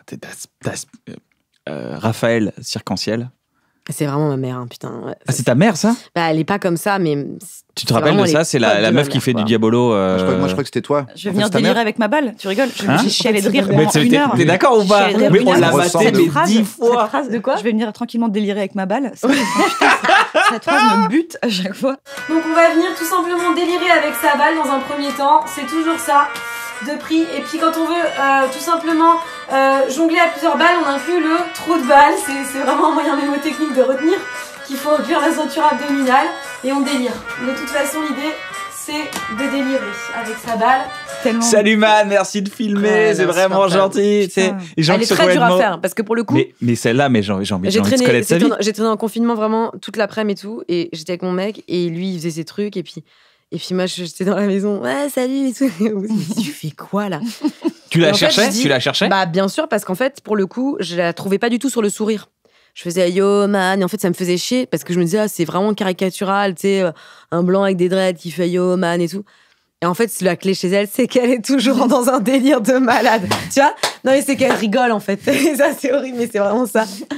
Et en fait elle est presque un peu en dépression quoi, je pense. Quand tout s'arrête, elle pleure avec son diabolo. Ouais, elle a l'air complètement. Elle a dessiné son diabolo, une tête. Tu parles, lui parles et tout. Et en fait, ma mère, elle fait vachement de stages dans la Drôme et tout. Enfin, c'est une circassienne. Hein. Et donc, des copains comme ça et tout, elle en a des centaines. Quoi. Des vêtements. Celle qui m'habille. Hein. On va tout de suite venir, dès qu'on l'a lancé, lui donner en fait de la vitesse en le battant. Alors, quand je dis le battre, attention, c'est pas lui faire mal, hein, c'est lui donner de l'élan. Et on va pouvoir venir raconter des histoires. On peut imaginer que c'est un bonhomme qui saute. On peut imaginer qu'il part en voyage, en vacances, qu'il revient, qu'il repart, qu'il a oublié quelque chose. Je lui ai demandé de m'habiller un peu roots, elle m'a sorti tout quoi. Mais les chaussures étaient incroyables. Mais t'es parfaite, j'ai envie de connaître la vie de cette personne. Ta mère elle a dit tu veux te foutre de nous, tiens attends je te. Non, ma mère ne comprend pas quand je fais ça. Tu vois, elle fait oui. Bah, ah oui, elle voit genre, pas le... Ah oui, d'accord, oui, tu te moques un peu de nous, mais elle comprend pas, tu vois, parce que c'est son quotidien quoi. Vraiment. Si vous voyez mon beau-père. Avec les sachets de riz. Qu'est-ce que j'ai ri? Le jonglage avec des sachets de riz. Tu dis, vous pouvez prendre des sacs de riz. Putain, je vais pas te faire oui. Oui, parce qu'on faisait ça, tu vois, quand on était petites, des ballons avec des sacs de riz. Je peux revenir juste sur ma question? Bien sûr. Pourquoi tu fais pas, enfin, t'as pas envie, mais pourquoi tu vas sur scène à faire des trucs de stand-up? Ah si, j'ai hyper envie. Alors le stand-up pur, j'ai un peu testé, non, j'ai pas un peu testé en fait. J'ai vite fait survoler le truc, mais en fait, là j'ai un spectacle prévu, mais l'année prochaine. Voilà. Oh avec TS Prod normalement. Avec Thierry Suc Production. Qu'est-ce que c'est quoi? Tu vas faire quoi? Et donc justement pour l'instant je me laisse un petit peu là comme je vais changer de concept aussi chez Quotidien, je pense que ça va me permettre d'être dans une écriture un peu plus presque un peu plus stand-up en fait dans la manière d'écrire. Et efficace, du coup d'avoir deux au moins 3-4 bouées de punch de tu fais ce que tu veux, là c'est là, exactement. Là c'est drôle. Ce que j'avais moins que les personnages parce qu'en fait c'était souvent un peu l'interprétation qui venait un peu diluer tout ça, tu vois. Des fois je me permettais de pas avoir des énormes vannes parce que je faisais un personnage qui radotait et qu'en fait une meuf qui radote, elle radote et c'était marrant ce truc-là, mais tu vois. Donc des fois ça manquait un peu d'ailleurs. Mais du coup, je pense que ça va me nourrir pour écrire un truc qui va peut-être être un peu entre les deux, quoi. J'aimerais bien faire quand même des persos, mais les persos, tu vois, en stand-up, ils peuvent exister hyper vite. Moi, quand je vois Louis C.K. faire une fille de 15 ans avec sa voix, je vois vraiment une fille de 15 ans sans qu'il ait besoin d'être maquillée, habillée et tout, quoi. Donc, ce qui est bien dans le stand-up, c'est que tu n'as pas, dans le one-man show classique, ils avaient 8 persos pour un spectacle. Ouais. Dans le stand-up, je sais pas, dans le dernier spectacle, on doit avoir une cinquantaine, soixantaine de persos. Il y a des micro-persos qui ont une phrase, tu vois. C'est ça. Et du coup, je pense que ça va être un peu comme ça. Psychologiquement, c'est génial à faire. Après, est-ce que tu as envie de t'adresser au public ? Je crois, et je pense aussi que j'ai bien envie de prendre le temps de faire ça et donc d'attendre et de pas du tout l'anticiper. Parce qu'en fait, tu vois, là, je me dis, c'est l'année prochaine et je veux vraiment que quotidien se calme pour faire ça, pour être dans ce truc-là, parce que là, j'ai essayé d'écrire pendant le confinement, mais pas du tout la période pour moi. Je me disais, mais là, c'est pas du tout le... Je sais que ce que je vais dire là, par exemple, c'est peut-être pas ce que j'aurais envie de dire en 2022, quoi, tu vois. Donc, mais c'est un peu le drame de l'écriture, c'est qu'à un moment donné, tu représentes toi il y a 2 ans. Mais moi, je suis assez comme ans. ça. Je pense pas que je sois le genre de personne qui va le rôder pendant 3 ans. Tu vois ce que je veux dire ? Enfin, on le rôde en le jouant, quoi qu'il arrive. Mais je vais pas. J'ai jamais eu cette idée de me dire, par exemple, je vais tester ce 7 minutes dans une soirée, même si je pense que c'est très bien. Mais je trouve que c'est pas trop ma manière de faire. Tu vois ? Je vais plutôt faire des blocs ou un spectacle. Évidemment, je vais le jouer un peu avant et il va y avoir des trucs. Je vais pas arriver et dire on fait un zénith, tu vois. Mais j'ai plutôt envie de faire ça. Genre de faire des mini showcases au début. En plus, on en a parlé un peu chez TS Prod, où ils peuvent organiser des mini showcases où je peux inviter 50 personnes, dont vous, qui êtes des auteurs, qui pouvez me faire un retour et avancer avec ça plutôt que de faire le Paname à 23h. Après, il faut que j'aille au Madame Serfati. Après, faut que tu vois, ça. Ouais, t'as pas envie de rentrer dans le circuit du test. Non, puis j'ai pas bien vécu le milieu du stand-up, moi. J'ai trouvé ça vraiment un peu misogyne, franchement. C'est fou ça, pourquoi ? Pourtant, c'était le seul endroit où je comprends pas. C'était le seul. C'était l'îlot. Il y a plein de meufs tout le temps. Un îlot de protection. Non, vraiment, je vois pas. Ouais. Attends, on vous donne des soirées filles. Attends, il y a toujours au moins une humoriste. C'est bien la preuve qu'on est ouvert. Exactement, ouais. Ça, moi, j'ai super mal vécu, quoi. Donc, ça me prenait une. Mais après, ça, en vérité, le truc, c'est que c'est ça qui est relou, c'est que ça dépend vraiment des endroits. Parce que techniquement, première fois, c'est aussi. C'est hyper bienveillant. Les coulisses du stand-up.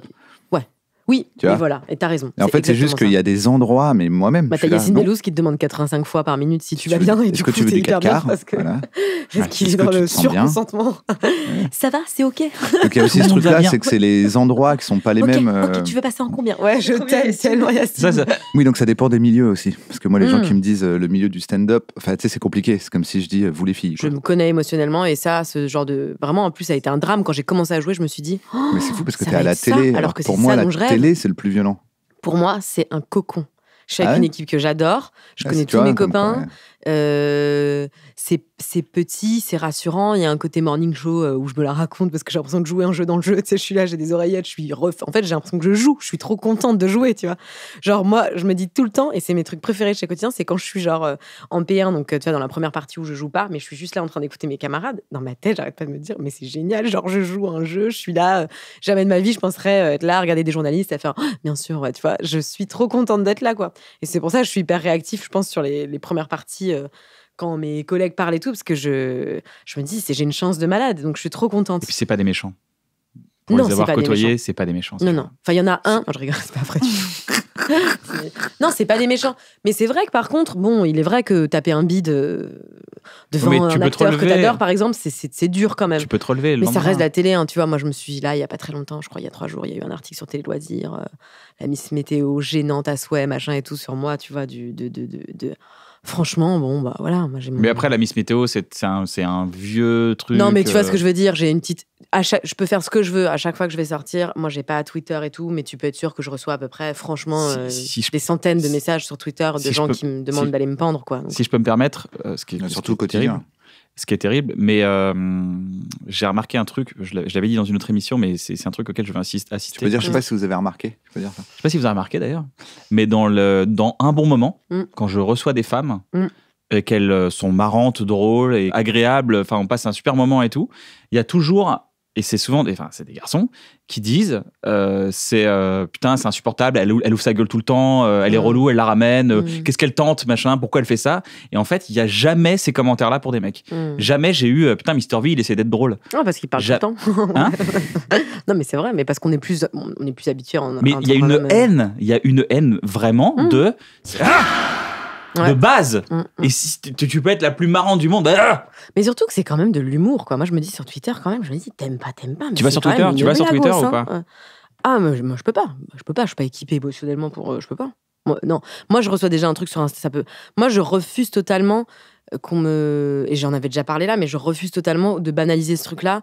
Tu vois, on me dit tout le temps, ça va passer à autre chose. Mais en fait, moi, je peux pas accepter que les gens, ça me fait quelque chose quand quelqu'un me dit un truc violent. Même si c'est Internet, on me dit, mais tu vas te blinder, ma grande. Bah ouais, mais en fait, non. Et j'ai pas envie de me blinder, j'ai surtout pas envie de m'habituer à ça, donc en fait, j'y suis pas. Et après, c'est vrai que quand tu reçois des messages des gens, du coup, là, mon entourage, cette année, je les ai beaucoup prévenus en disant, ça risque de faire du bruit, ne me dites pas par pitié, par message, tu sais, t'inquiète, nous on aime ce que tu fais. C'est encore pire que tout, quoi. Tu vois, moi, j'ai un petit frère qui est sur Twitter et je pense qu'il souffre de voir ce qui se dit sur moi, tu vois. Il me dit, genre, il est défoncé et tout. Je dis, Clément, on s'en fout, quoi, tu vois. Mais, J'ai Clément, vas-y. Clément, vas-y. Non, mais oui. Non, mais tu vois, donc c'est pas facile, ouais. Mais bon.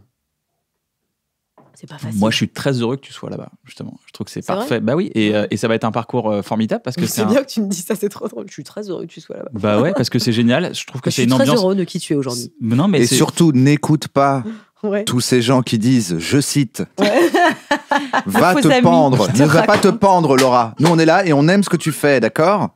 Moi, je leur ai dit. C'est pas vrai que tu as une tête à... En fait, hier, je me suis dit, en changeant un peu la formule aussi, je me suis dit, et c'est bizarre, tu te le dis quand même, je me suis dit, peut-être qu'il y a des gens qui vont quand même se dire, parce qu'il y a un truc avec les personnages qui peut être un peu crispant et les gens, ils peuvent avoir du mal avec ça.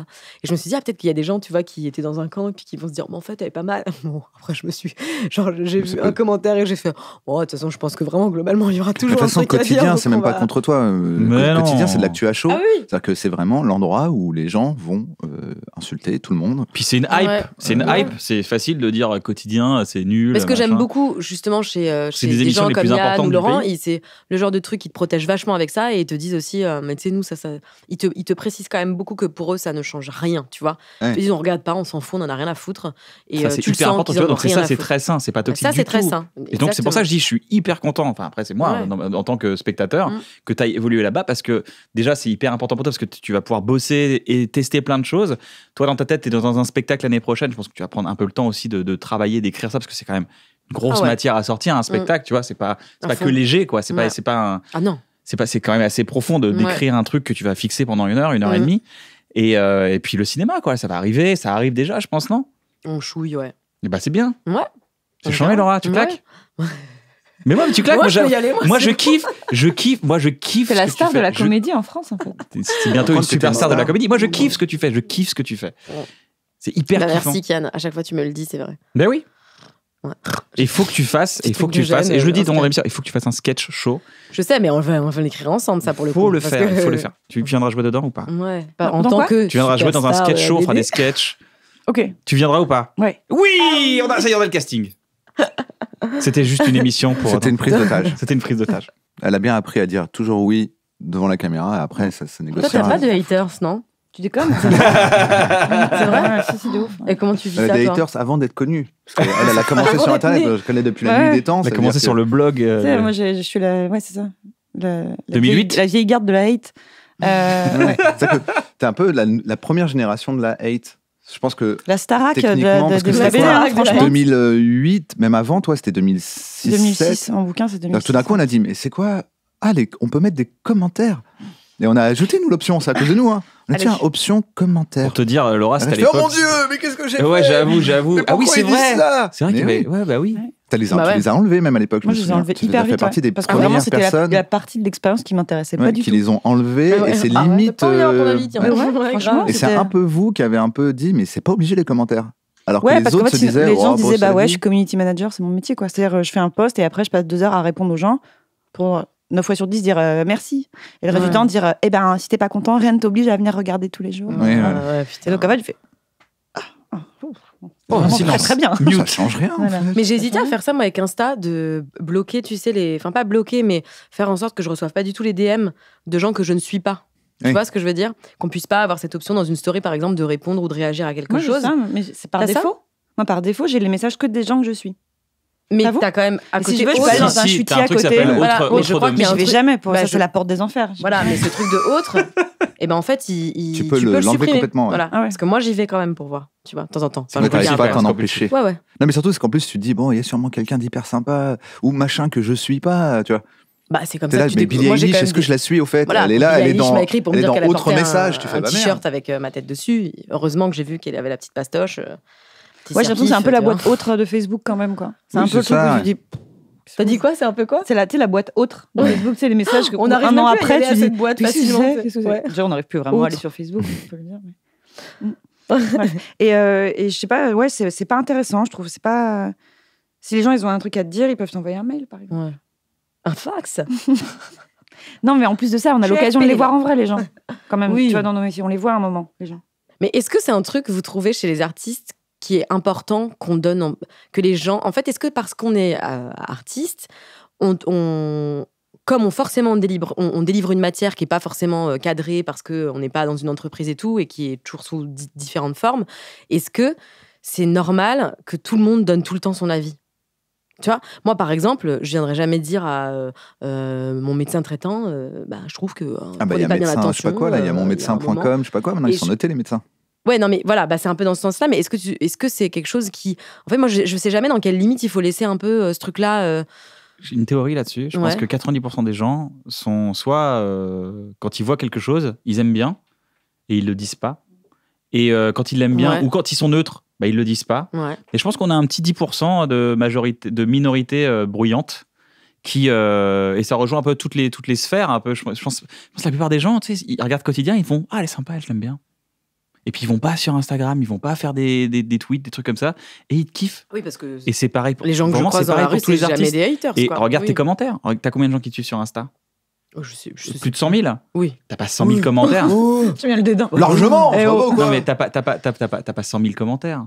T'en as entre 20 et 300 max. Ouais. Tu vois, 300 personnes. 20, c'est une mauvaise publication, je me suis loupée. Mais tu vois ce que je veux dire ? Et les gens qui t'écrivent, je suis sûr que vous avez reçu aussi des lettres de gens qui vous disent c'est incroyable ce que vous faites, tu vois ? Des lettres papier, moi. Oh, c'est trop mignon. Ces enfants qui m'écrivent. Les enfants, ça doit être incroyable. C'est vrai ? C'est trop beau. Ouais. Qui m'écrivent chez l'éditeur. Oh là là là. Et après, l'éditeur, il m'envoie des... Oh là là. Et du coup, je leur réponds. Je trouve du joli papier à lettres et je leur réponds, je leur mets des petits dessins dedans et tout ça. Et à chaque fois, je leur dis t'es la meilleure. J'espère que tu continueras à dessiner. Oh, t'es la... Mais moi, j'aurais rêvé recevoir. Grâce à ton dernier livre, je veux être une astronaute. J'ai peut-être changé. Non, elle m'écrit pour me dire qu'elle veut faire de la BD. C'est des petites filles qui m'écrivent pour me dire du coup, j'ai commencé à m'entraîner. Du coup, je leur réponds. Je m'entraîne. Oh, c'est mignon. Oh, c'est trop mignon. Tu sais qu'il y en a 2-3 en fait, c'est des vieux pervers, c'est pas du tout des petites filles. Arrête. Genre là, ils écrivent avec la main gauche. J'espère que tu m'enverras une photo et une mèche de tes cheveux. Encourage-moi. Et après, t'as écrit je t'encourage, il est là. Tu salis tout. Non, c'est vrai. Lui qui salit tout, c'est pas dans la rue. On te reconnaît, hein. Ouais. Même avec le masque. Une superstar. Et même blonde. Je vous le dis, je vous le donne en mille.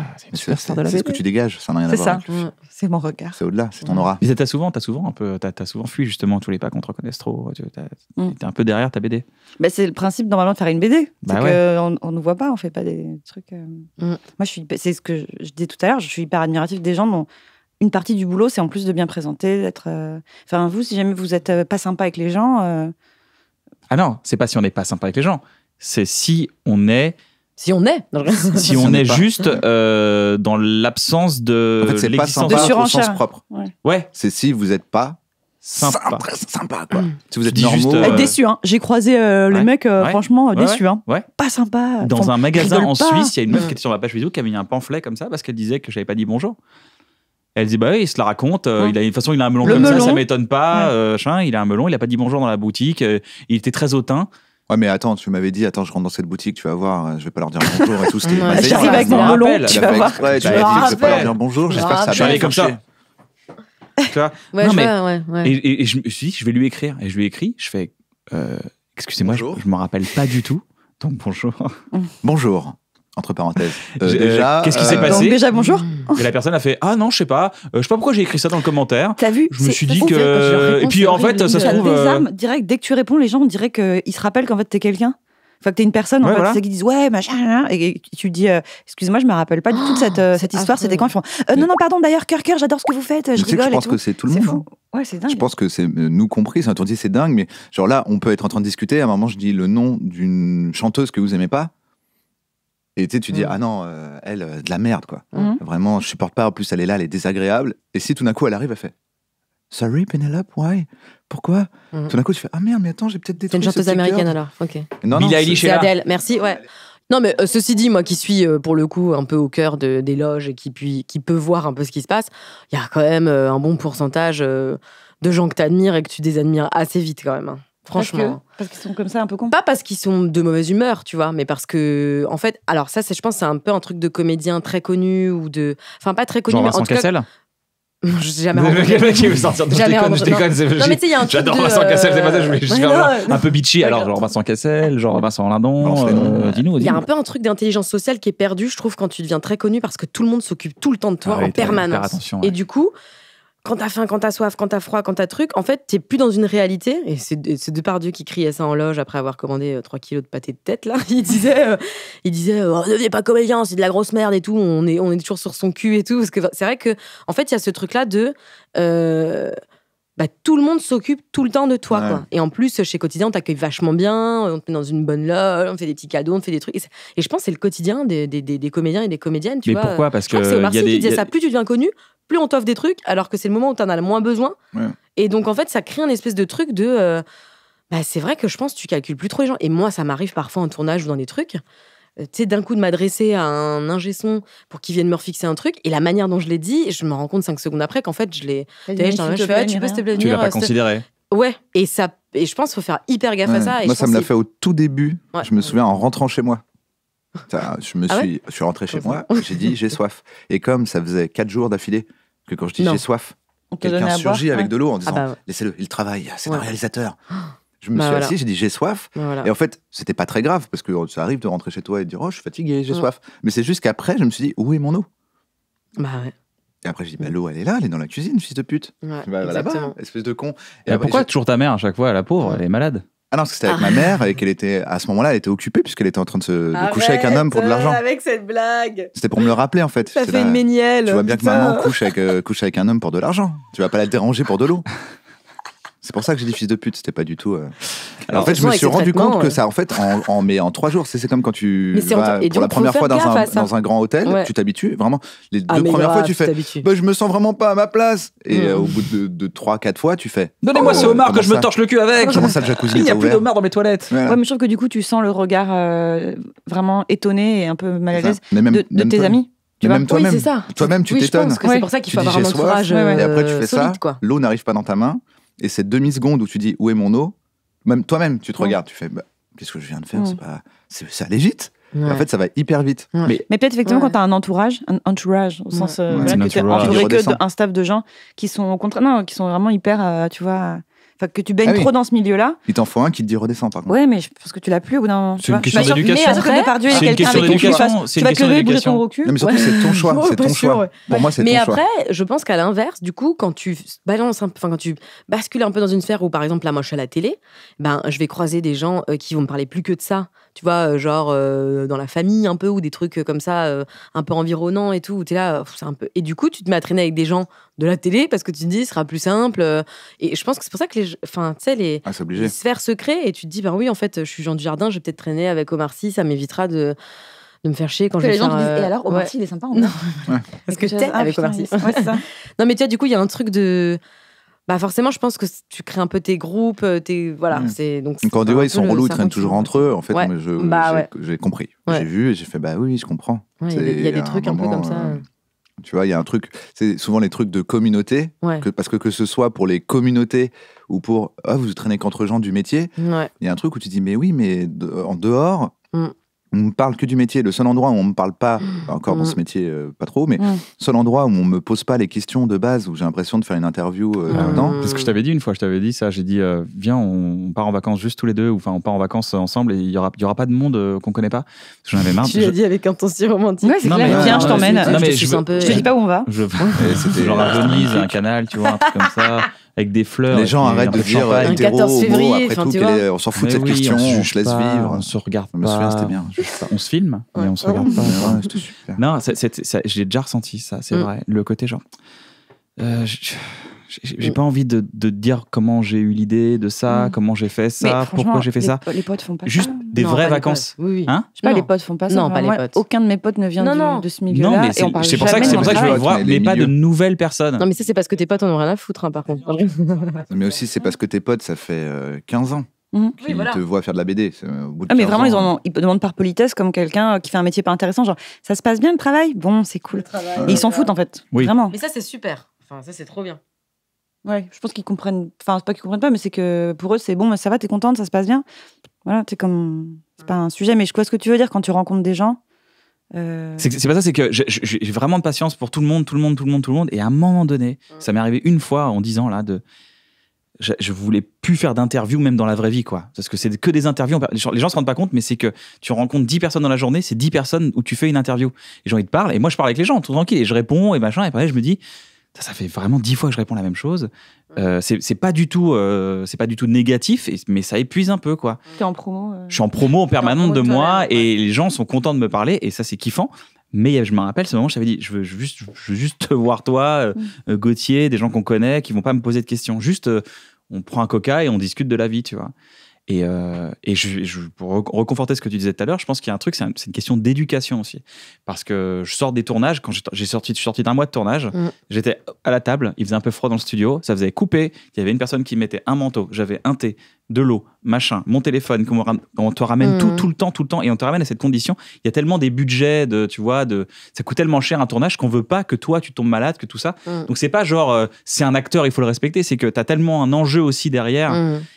Et c'est cet enjeu-là, quand tu penses que c'est l'enjeu du film, que c'est toi, en fait. C'est ça qui est dangereux. Et l'éducation, elle sert à te ramener, à te dire, bon, bah non.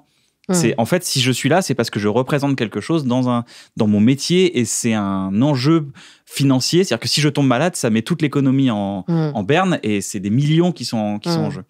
Donc c'est juste ce distinguo à faire entre le métier et qui tu es.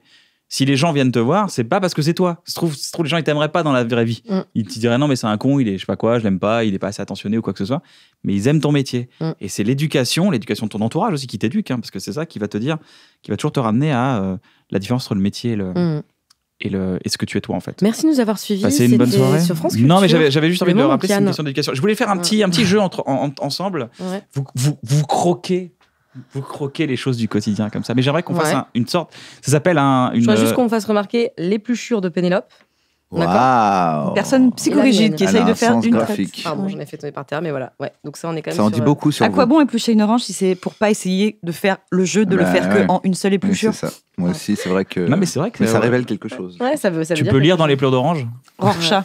Je voulais qu'on fasse une petite, pas chronique, mais une petite capsule. Est-ce que vous avez remarqué? C'est-à-dire, je vais vous donner des thèmes un peu du quotidien, un peu banal, et avec votre esprit d'autrice, justement, de créatrice, et de trouver le petit truc, les gens disent ah oui, c'est vrai. Oh putain, oui, donc tu nous... Ok, faut être... ok. Et à la fin, on va créer un spectacle ensemble. Ouais. J'aimerais beaucoup. Et on le jouera, et en fait, tu pousses le mur, et il y a une scène, et il y a 40 personnes, et on va jouer là. Alors, est-ce que vous avez remarqué quand on mange une fraise? Moi, je tiens à préciser que c'est ce que je voulais dire tout à l'heure, tu avais commencé à parler de ça, c'est que pour moi, ça, c'est l'inverse de moi. C'est-à-dire que je sais que là-dessus, on est complémentaires avec Kian, c'est que Kian, et je sais que c'est ton cas, toi, c'est sur choper beaucoup les attitudes des personnes, que je voyais beaucoup chez Sophie Marie aussi. Pour moi, j'avais un peu ce truc de choper des trucs, des fois, je chopais les mêmes trucs. Et tu es là, je fais, c'est vrai. Tu sais, t'as jamais remarqué, ça fait 30 ans que tu vois la personne, et t'as remarqué que la meuf à l'accueil a fait ce genre de truc.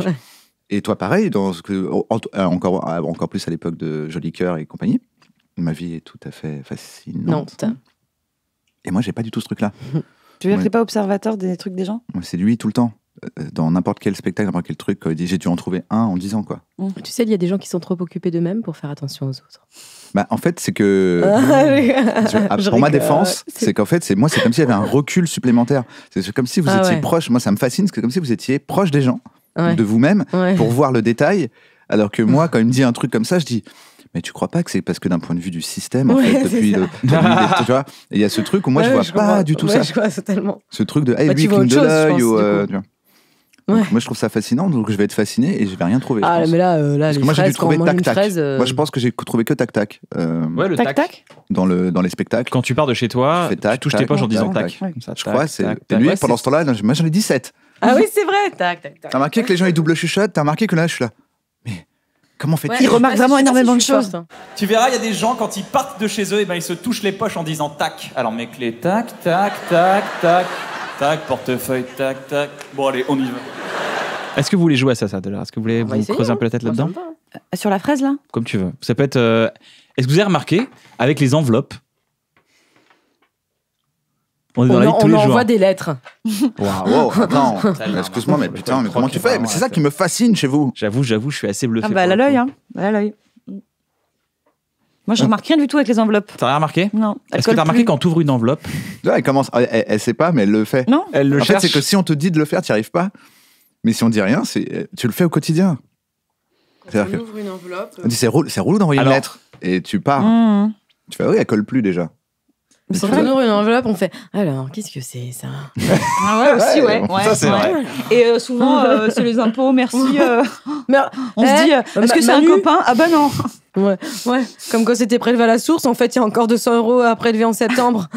Non, mais cela dit, c'est un vrai truc de ça. J'essaie de prendre la suite dans ce que tu viens de dire. C'est le côté. Tu regardes le nom, l'adresse, tu dis mais c'est la police de quel truc ça qui m'a déjà envoyé un courrier en disant mais ça c'est quoi, c'est EDF ? Non, ça c'est et rien qu'à la police dont c'est marqué, tu dis c'est une mauvaise nouvelle. Ça c'est un truc à payer. Ça sent qu'il y a une enveloppe à case à l'intérieur. Tu vois, c'est mal barré. Il y a un côté genre je connais ce truc avec la petite vitre et tout. Ah, fenêtre quoi, le truc qu'il faut que tu payes quoi. Voilà, et alors quand t'as pas la fenêtre en plastique, que c'est écrit à la main, tu dis oh ça c'est une bonne nouvelle, c'est un truc qu'on va bien aimer. Totalement. Donc tu vois ça c'est le petit truc là. On a déjà 2 minutes de spectacle. Bah là, on a clairement. Bah là, on est presque sur un Olympia pour moi. Est-ce que vous avez un spectacle s'appelle l'enveloppe. L'enveloppe. Et après, les gens de Télérama et à fond, ils disent tout le spectacle, c'est du moment où tu la reçois au moment où tu jettes l'enveloppe. Le mec fait 1 heure. Et tu ne t'ennuies pas une seconde. C'est incroyable. Le mec t'emmène très très loin. Vous avez votre permis ? Non. Je suis en train de le passer. Ah, trop bien, j'aurais plein de questions. Ah bah du coup, elle est en train de choper les moniteurs. Elle, je pense qu'elle fait des trucs juste pour dire. Moi j'ai un moniteur. Vas-y, t'as un moniteur ? J'ai un moniteur qui m'engueule tout le temps, mais enfin qui me hurle dessus et qui passe des coups de fil en même temps. Enfin c'est ta mère. C'est terrible. Ouais. Et c'est des gens qui apprennent. En fait, c'est comme les moniteurs de parfois d'activités sportives qui ont appris un truc par cœur et qui, tu sais, là je suis partie il y a pas très longtemps faire du canoë. Et le mec, en fait, ça le saoule de l'expliquer au groupe. Mais du coup, il dit la même chose, tu vois. Genre, s'il y a le canoë qui descend, s'il tombe à droite, vous allez pas vers la gauche, vous tombez. Sinon, vous vous raflez le coude. Vous allez remonter dans le canoë, vous reprenez derrière. Si vous remettez pas votre gilet, ça va... Et en fait, ils ont tout un truc de... Et ça, mon moniteur d'auto-école, il fait vachement, tu vois. Allez, on va aller vers la droite, on regarde bien, on vérifie le feu et on dépasse. Allez, c'est parti, on y va tranquillement, on passe en 3e en rétrograde. Et tu sais, il y a un truc de waouh, c'est chiant. Tout ça au téléphone. Ouais, non, mais on va aller à droite. C'est vraiment ça. Et non, mais il est au téléphone parce qu'en même temps, il s'occupe d'une fête foraine. C'est pour ça qu'il fait on va à droite. Il attrape la queue de Mickey. C'est exactement ça. Et le mec, il est... Et parfois, je fais un truc, forcément, j'apprends à conduire, donc je fais un truc genre... Je prends un sens interdit. Je fais une erreur, mais c'est normal puisque j'apprends. Et il dit, mais qu'est-ce que tu fais, Laura ? Mais tu crois que tu as ton permis comme ça ? Et un jour, vraiment, je me suis dit, maintenant j'ai 30 ans. Je me rappelle très bien, j'étais à Ivry avec lui en voiture et j'ai dit... Je crois que ça n'a pas marché en fait, parce que moi, si tu me cries dessus, j'ai 30 ans, donc maintenant, je suis une adulte, il faut que tu m'expliques ce que je fasse mal. Ouais, je suis une adulte, ok ? Et le mec m'a dit, ah ouais, non, mais attends. Et en fait, je comprenais pas le truc de rétrograder, il y avait un truc qui passait pas, mais plus il me criait dessus, plus je perdais mes moyens, quoi. Donc, en même temps, c'est pour t'habituer à conduire à Paris. Avec un énorme enculé là-dessus. Ouais, tout le temps. Tu crois que les autres vont faire quoi ? Tu crois qu'ils vont te dire bonjour, attention, c'est un sens interdit. Par contre, c'est Laura, elle roule dans la ville. Tu sais que c'était une comédie musicale, genre ça quand tu roules à Paris. Les gens sont tellement gentils. Et ça fait. Je m'entends vraiment et donc, ça après, oui, parce que moi, je vais pour les gens, mais. Vas-y. Non, mais j'aimerais bien savoir. Tu t'as pris beaucoup d'heures ou pas? Non, moi j'ai en fait, alors je le dis pour les gens qui l'ont pas vu sur ma story, mais donc j'ai découvert que j'avais des heures sur mon compte formation, qui est un site internet en fait sur lequel moncompteformation.fr. Quand tu travailles dans ta vie, même quand tu es intermittent ou quand tu es salarié, tu mets de côté en fait dans tes charges ce que tu reçois pas dans ton salaire, que tu touches pas, ça en fait à chaque fois un petit peu de côté par mois, et tu as une somme qui est allouée à une formation que tu peux faire. On a tous ça? On a tout ça. Et alors, il suffit de prendre votre carte vitale, d'aller sur mon compte formation. En 3 secondes, tu as créé ton compte. Et moi, en 3 secondes, j'ai appris que j'avais 1800 €. Ah merde, aïe. J'allais le faire pour voir combien j'ai. Eh ben, on peut le faire. Moi, non, je crée pas. T'as remarqué quand tu veux créer un compte, qu'est-ce qui se passe, Navo? Eh ben, tu le crées pas. Tu t'en vas. T'as l'impression que dès que tu cliques, il y a une crevasse qui s'ouvre avec des monstres. Tu fais non. En tout cas, en 3 minutes, j'ai fait cette story sur Insta. J'ai eu énormément. Parce que moi, c'est un truc que j'ai appris d'un pote. Enfin, d'une copine, Pauline Clément d'ailleurs, par ailleurs, et qui m'a dit, mais moi j'ai passé mon permis comme ça. Et moi j'avais 1800 €. Voilà, depuis tout ce que j'avais travaillé, qui était alloué à mon permis. Et tu peux avoir le permis bateau, il y a plein d'autres formations, tu peux faire du jardinage, la langue et tout ça. Ouais, c'est génial. Du dessin. Est-ce que tu as besoin de justifier que c'est un rapport avec ce que tu fais dans la vie? Genre, j'en ai besoin pour le travail. Non, tu en as le droit. Non, tu as droit. C'est une sorte de caisse formation que tu économises avec des charges. C'est une formation, comme quand tu es intermittent avec l'AFDAS, là, tu as une formation, pour le coup, qui peut être un peu moins en rapport. Alors, je crois qu'il y a des trucs qui sont plus compliqués à obtenir. Genre, tu vas te proposer des brevets de pilotage et tout, mais en vrai, je pense que c'est un peu plus dur. Mais là, j'avais 1800 €. Tu trouves une auto-école qui marche avec ce truc-là. En 2 semaines, j'étais inscrite. Et j'avais donc 20 heures d'offert. Voilà. Et j'ai quasiment pas d'offert, parce que c'est toi qui te paye. J'ai travaillé pour ça, à la sueur de mon front. Et là, j'en suis à ma 15e heure. Et en fait, là, c'est pas mal. J'ai pris un peu d'autonomie. Ouais, j'ai le code. Et ça, c'est vraiment une fierté. Ça, je respecte à fond. C'est que j'ai le code. Et en plus, moi, pour le coup, j'ai pris l'application Code Rousseau. Je suis vraiment dans les détails maxi chiants, mais qui est beaucoup plus dur vraiment que le code que tu vas avoir à la fin. Et ça, c'est top. Parce que je conseillerais pas trop les gens d'aller sur des applications un peu plus ouais, un peu moins, parce que je pense que pas un quiz Facebook. Voilà. Quand vous dites le code, c'est problématique, c'est que vous avez toujours des problèmes avec les examens à l'école, tout ça, les trucs comme ça, être jugé, noté. Non, mais pour le coup, le code, c'est quand même très. Enfin, il y a vraiment des trucs genre. Dur, le code, c'est que des pièges. C'est tout le temps des pièges, quoi. Mais... Qu'est-ce que je fais? Je dépasse, j'avance, et en fait, t'as un piège, c'est que dans le rétro, on voit qu'en fait, derrière, il y avait un. C'est pas dur, c'est chiant, en fait. Ouais, vraiment. T'as des trucs maintenant, par exemple, t'es en voiture, ça me rendait folle. T'as donc une voie à double sens. Tu vois, sur une campagne, machin. T'as un cycliste qui est devant toi, à ta droite, il n'y a pas de piste cyclable, il est devant toi à ta droite, donc tout près de ton capot, quoi. Et on te dit, petit A, j'attends sagement derrière lui. Petit B, je le double rapidement. Tu vois, genre insupportable avec les mots qui te stressent. Petit C, je sais plus quoi. Et moi, forcément, ça fait 3 semaines que tu fais du code, tu te dis, j'attends sagement derrière lui. Non, parce qu'en fait, maintenant, la loi sur les lignes continues en campagne, depuis 2019, elle a changé, tu peux le doubler. Enfin, c'est insupportable. Ce que je comprends du coup, c'est infernal. Et jamais dans la vie, tu te comportes comme ça. Pourquoi t'as attendu de quitter Mulhouse pour passer ton code à Paris? Parce que je suis partie tôt. En fait, je suis partie à 18 ans. Parce que Mulhouse, c'est quand même le paradis pour son code. T'es tranquille. En fait, déjà, il faut Moi, savoir j'ai fait ça à Reims, c'était cool. On roulait. Ah, tu conduis? Une autoroute. Voilà, ouais, je conduis. Mais en fait, c'est parce que... Comment tu faisais pour aller au Noumatrouf? Il va dans les niches. Non, mais en fait, moi, attends, qu'est-ce qui s'est passé? C'est un choc mental. C'est que le Noumatrouf, c'est une toute petite salle à Mulhouse. Il y a des concerts de route sauce, faut le dire. Enfin, il y a une belle prog. T'as joué au Nouma, toi, non? Grave. Je jouais tous les amis. On se rejoint au Nouma, ouais. Avec toi, Toine. Et là, j'aimerais vraiment qu'SML soit là pour toute cette partie de la conversation, pour tout ça, quoi. Oui, mais non, mais j'avais pas besoin de passer mon permis, en fait, moi. Parce que je suis partie très tôt à Strasbourg, et là, pour le coup, c'est pareil, tout le monde est en vélo, donc tu t'en fous. Je suis arrivée à Paris, j'ai roulé en scoot, et après, je me suis dit, j'ai peut-être arrêté. Mais rouler en scoot sans permis, mais c'est. J'ai le SR, quoi. Mais non, mais il faut le permis, le vrai permis de goût. Il faut savoir conduire une voiture pour conduire un scoot. Rien que pour savoir ce qui se passe avec des priorités, parce que moi, à droite, je l'ai appris en voiture, je l'ai pas appris en scoot. Voilà. Moi, en scout, je me suis formée sur le terrain, ouais. Et j'ai compris qu'il y avait des choses qu'il fallait faire, d'autres moins. Ça t'intéresse pas du tout, le permis? Si, c'est une étape, ça va être une étape. Mais en fait, non, ça va. Je pense que... J'ai vachement envie de profiter de ce temps que j'ai pour enfin faire ça. Sur mon compte formation.fr, du coup. Il faut le prendre le temps parce que c'est vrai que ça prend du temps. Tu vois, là, par exemple, j'ai fait 15 heures, mais il me manque quand même encore les dernières 10 heures, on va dire, pour pouvoir après demander une date. Tu vois, parce que et c'est vrai que là ça traîne parce que je pars à 7h, je rentre à 22, donc mais après les gonzesses au volant, si tu conduis que t'as tes règles, tu vas faire comment Du moment qu'il faut pas lire une carte routière, ça va. Non, mais je veux votre avis sur les gonzesses au volant. Oh non. Toi qui observes le quotidien, trouve pas qu'un peu les gonzesses quand même au volant. Bah c'est vrai que les. Parce qu'il y a des trucs, c'est vrai. Je veux dire, à un moment les clichés. À chaque fois que tu doubles une personne, il y a un problème. Tu ça se remaquille pendant que ça conduit. Ouais, bah ouais. Ça c'est vrai. C'est ça. C'est pas pour se maquiller les rétros. Moi, je trouve que c'est c'est une vraie opinion que tu as. Ah bah moi, alors quoi ? Et je la respecte. Et tu sais quoi ? On peut plus rien dire. Je ne suis pas d'accord, mais je me battrai pour que vous ayez le droit de le dire. C'est très con. Surtout pour des statements aussi forts que ça. Le gars qui se bat pour ça, bah merci. Bah t'es le nouveau Voltaire, toi. T'es Voltaire, toi. Voilà, je me battrai. C'est exactement pour ça que je donnerai mon sang et ma vie pour que vous puissiez le dire. Eh bah alors, j'ai envie de vous créer un compte formation. Je peux pas te créer un compte formation là ? J'adorerais. Mais on peut le faire tout de suite. T'as ta carte vitale ? J'ai ma carte vitale. Je connais mon nom de numéro, surtout carte vitale par cœur. Quand j'ai mal à la tête, j'ai une tumeur. Quand j'ai mal au ventre, j'ai une tumeur. Quand j'ai mal à l'orteil, j'ai une tumeur. J'ai appris mon numéro de sécu par cœur, au cas où. J'ai lu une statistique qui dit que la cuvette de nos toilettes est 3 fois plus propre que notre clavier d'ordinateur. Du coup, je nettoie mes toilettes 1 fois par semaine. Et mon clavier 3 fois par semaine. Ça, c'est pour moi la vie se scinde en 2 personnes. Ceux qui connaissent ton numéro de sécu. Il y a les hypochondriaques et les pas hypochondriaques. Tu connais ton numéro de sécu par cœur ? Déjà, il y en a les 2 tiers, c'est facile à retrouver. Et comme ça, on va découvrir ensemble, Kian, combien ? Oui, peut-être que les 2 tiers. C'est ce qu'on dit tout le temps. Mais le début, c'est facile. Attends, mais la fin. Attends, mon compte formation, on va le faire. Faut l'apprendre par cœur. Je peux le faire. Non, c'est moi qui le fais. Moi aussi, j'ai envie de le faire. Ah non, je vais le faire moi. Non, parce que je veux découvrir pour toi.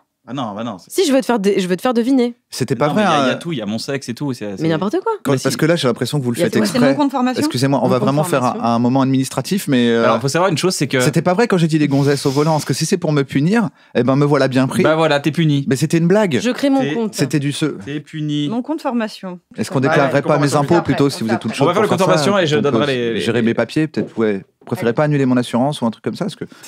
Mais c'est si simple. Ça vous plaît tant. Tu rentres vraiment juste ton numéro de sécu et boum. Et boum, et après tu choisis. Non, ça c'est vraiment une vraie nouvelle. Est-ce que vous avez passé un bon moment? Excellent. Déjà, j'ai découvert que j'allais pouvoir passer mon permis. Ouais. Gratos.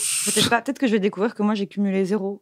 Ouais. Ah mince. C'est possible ou pas? Jamais de la vie. Non, mais non, tu travailles, t'as fait des petits jobs d'été même. Ah ben j'ai même fait des boulots pas d'été, j'ai fait des boulots d'hiver, des vrais travails. Oui, mais est-ce que t'as eu des vrais travails avant 2014? Avant 2014. Parce que depuis 2014, tu fais quoi là? Tu fais que de la BD? Dessine, ouais. Bah oui, mais quoi 2-3 BD. Non mais 2-3 trucs. T'es déjà à la Snack? Raconte. Vu que t'es fan, vu que tu es une superstar de la BD. Mais en plus, tu fais quoi, genre c'est quoi tes... Ouais, non. En fait, on se rend compte que depuis le début, t'es là, mais c'est une super. T'es persuadé que c'est une petite qui débute et que tu veux la. Mais c'est une superstar de la BD. C'est pas vrai, c'est une superstar de la BD. Alors, c'est pas prévu dans le compte formation, mais est-ce que je peux me permettre de vous offrir un abonnement à MyCanal? Mais non. C'est une blague ou pas? Ça me fait plaisir. Non, mais moi, je peux pas. C'est pas intéressant. Qu'est-ce qui se passe? Je sais pas, j'ai une box orange, j'arrive pas à avoir Canal sur ma box. C'est terminé dès demain, tu auras un compte MyCanal. Tu sais que tu fais les meilleurs cadeaux du monde. Ça vous fait plaisir? Bien sûr. C'est quand même qu'à la fin de l'année, ils auront doublé leur nombre d'abonnés juste avec les invitations. Ça qui est tant que je suis pas connecté, tant que je suis pas devant The Pope, The Young Pope. On vous enverra Young Pop, le Bureau des légendes, tout ça. 60 qu'on a fait. Mais oui, qui est sur MyCanal. C'est vraiment trop cool. Bah ouais. On veut que vous passiez un bon moment.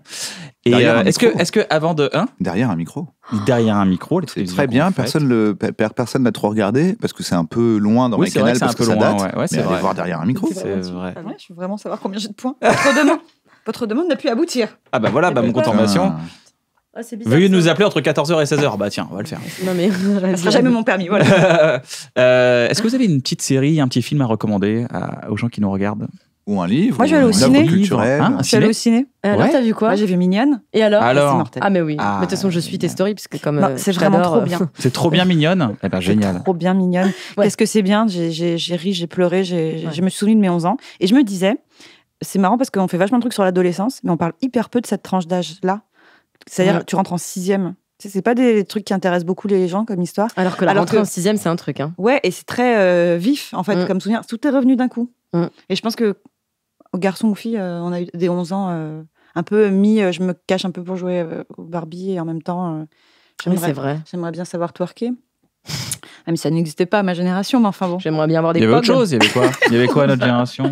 Qu'est-ce qu'elles faisaient, les filles à Il y avait quoi comme danse? Il y avait quoi? J'aimerais bien aller voir Trio, quoi. Pour moi, c'était vraiment. Mais là, dans Mignonne, il y a l'aspect sexué, tu vois. C'est plus ça. C'est pas j'aimerais être grande, est-ce qu'on avait l'aspect sexué, nous? Tu te rappelles de ça? Peut-être moins que les filles qui ont 11 ans maintenant. Don't Touch. Ça, pour moi, c'est arrivé au collège. Ah, les pubs Don't Touch. Avec les mains, là. Ah ouais? Ouais, c'est vrai. C'était les premiers trucs un peu. Sachant que la forme des mains, c'était dans. Enfin, tu sais, les pouces étaient du côté où ça voulait dire que c'était toi qui te touchais toute seule. J'étais déjà maniaque à l'époque, je disais, ça n'a aucun sens. Pour moi, c'était pire, parce que ça voulait dire, c'est pas quelqu'un qui est arrivé frontal en disant je peux, c'est quelqu'un qui t'a pris par derrière. Pour moi, c'est ça que ça voulait dire. Ah ouais, ça c'est vraiment un réflexe de violeur. Non, parce que c'était des grosses mains d'hommes. Ça faisait pas main féminine, tu vois. Ouais, ça faisait main sale un peu. C'était grosses mains, mais avec des pouces de ce côté. Et moi, ça me rendait folle, quoi. Pour moi, il arrivait derrière, comme dans le truc de Janet Jackson. Tu vois, la pochette de Janet Jackson. C'était quand même ambigu. C'était quand même très ambigu comme vêtement. Bon, après, de toute façon, c'était quand même. Enfant, ouais, c'est ça. Mais donc, tu vois, pour moi, c'était le truc un peu sexy, ça. Ça, c'était le truc sexué. José de Hélène et les garçons, j'avais un fantasme absolu sur lui. Tu n'es pas la seule. Hein. Ah ouais, José, c'est transgénérationnel. C'est vrai José. Attendez. Tu mettais tous ses cheveux. Oh là là, il était si beau. Wow, c'était vraiment une super répète, les copains. C'est vrai. Hein. Moi, du coup, ça m'a fait presque aimer les gilets sans manches par-dessus les chemises. Hein. Jaune ou pas? Très jaune moutarde. C'est ça. T'attends le code couleur de Dwight Schrute. Ça lui aura presque fait aimer les hommes à cheveux longs. Tu sais que. Pas de commentaires là-dessus. D'ailleurs, tu t'arrêtes pas de les dessiner, José? Il pas mal, on est d'accord. Franchement. Attends, sur Instagram, t'arrêtes pas de les dessiner, José? Tu fais toujours à fond. Bah si, José en concert. C'est sûr qu'il y a une filiation, il y a un truc. Putain, je sortirais avec un musicien. Ouais, je sortirais avec José quand je serais grande. Mais il est pas mal. Et ce qui est marrant, moi j'avais vu une émission sur Que sont-ils devenus? Et donc il y avait Philippe Vasseur, donc l'acteur qui joue. Ce qui est marrant, c'est que lui, il joue toujours. Philippe Vasseur, il joue toujours José. Maintenant, il est parti en Thaïlande et il fait des meubles, je crois. Mais non, il joue encore. José. Non, c'est les rediffs. Les vacances de l'amour. Non, dans les vacances de l'amour. Il y a les mystères, après il y a les Clodo de l'amour. En tout cas, il y a encore Bénédicte. Clodo de l'amour, qui vient très bien, il y a quand même bon vin. Ah bah oui, Bénédicte. Et en fait, il disait, ouais, ben voilà, on m'a tout le temps proposé des rôles en rapport avec José et tout. Il disait, il avait encore ses cheveux longs. Tu sais, je disais, mais je sais pas, c'est la base si tu veux que les gens passent à autre chose. Ah ouais. Coupe tes cheveux tellement à tes cheveux longs, quoi. Ouais, c'est clair, je sais. Fait comme il a une belle carrière quand même. Il a une belle carrière. Attends, il a fait quelque chose quand même. Il a marqué quand même une génération. C'est pas tout le monde qui fait ça. Mais maintenant, il pas tout le monde qui fait ça. Ouais. Ça c'est sûr. Il a des enfants dans la série. Alsacienne. Même pas. C'est quoi ça? Je sais même pas. Belge, c'est plus belge. C'est plus belge, mais bon. Elle essaie d'inventer un accent. J'ai essayé, mais ça n'a pas fonctionné. Attention, invention d'accent. Ah, il est pas mal. Invention de langue également. Ouais, de langue. C'était une espèce de suédois timide. Et toi, qu'est-ce que tu nous recommandes? Alors, qu'est-ce que tu nous recommandes aussi? Ah, moi, je suis en train de lire, je dois dire, Ensemble, on aboie en silence de Gringe, de Guillaume Tranchant. Ah, il est bien? Et franchement, je suis assez surprise de son écriture. Et je dois dire que je pense qu'il est assez bon auteur quand même. Il parle de son frère. Ça parle de son frère qui est atteint de schizophrénie. Et c'est un récit sur comment lui il se positionne là-dessus, comment il vit le truc, comment son frère vit le truc aussi. Et c'est assez incroyable. C'est vraiment une sorte de plongée dans les cerveaux des deux. Et on a énormément d'empathie pour eux. C'est pas un roman à proprement parler qui se lit comme ça. Enfin, tu peux prendre des petits morceaux, les lire de temps en temps et tout. Là, je suis à la moitié, j'ai pas encore fini, mais c'est vraiment... En termes d'écriture, je trouve que vraiment il est surprenant, il t'a surpris. Bah ouais. Donc c'est plutôt agréable. Ouais. Bah j'en mets. Voilà. Navo, tu vas recommander quelque chose? Non, j'ai pas d'idée. Ok.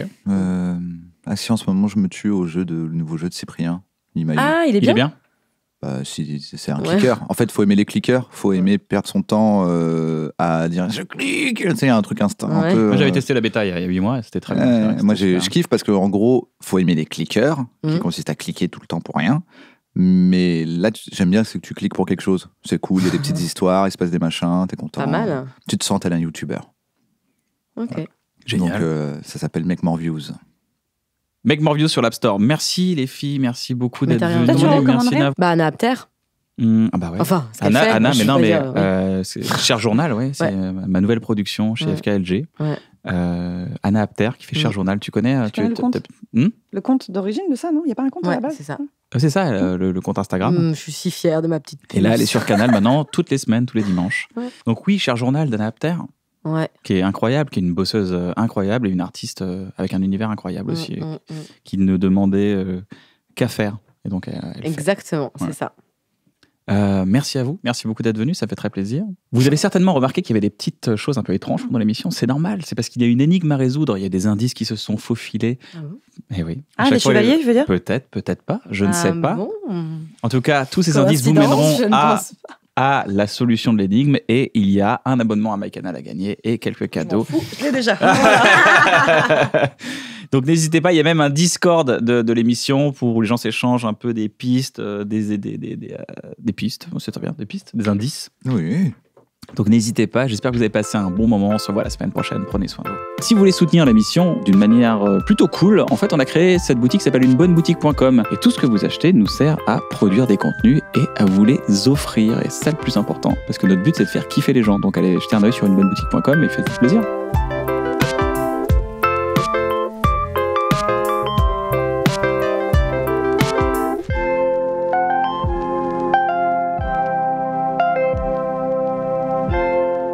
Si vous avez aimé cette émission, n'hésitez pas à vous abonner à la chaîne. Abonnez-vous, c'est plutôt cool. C'est gratuit, vous avez 20% à la Fnac et je crois que vous avez une immunité à Koh-Lanta si vous faites Koh-Lanta une fois. En fait, ça et vous avez un abonnement MyCanal. Donc il y a plus 20% à la Fnac. Si vous êtes Claude de Koh-Lanta, vous avez un abonnement MyCanal également offert. Abonnez-vous.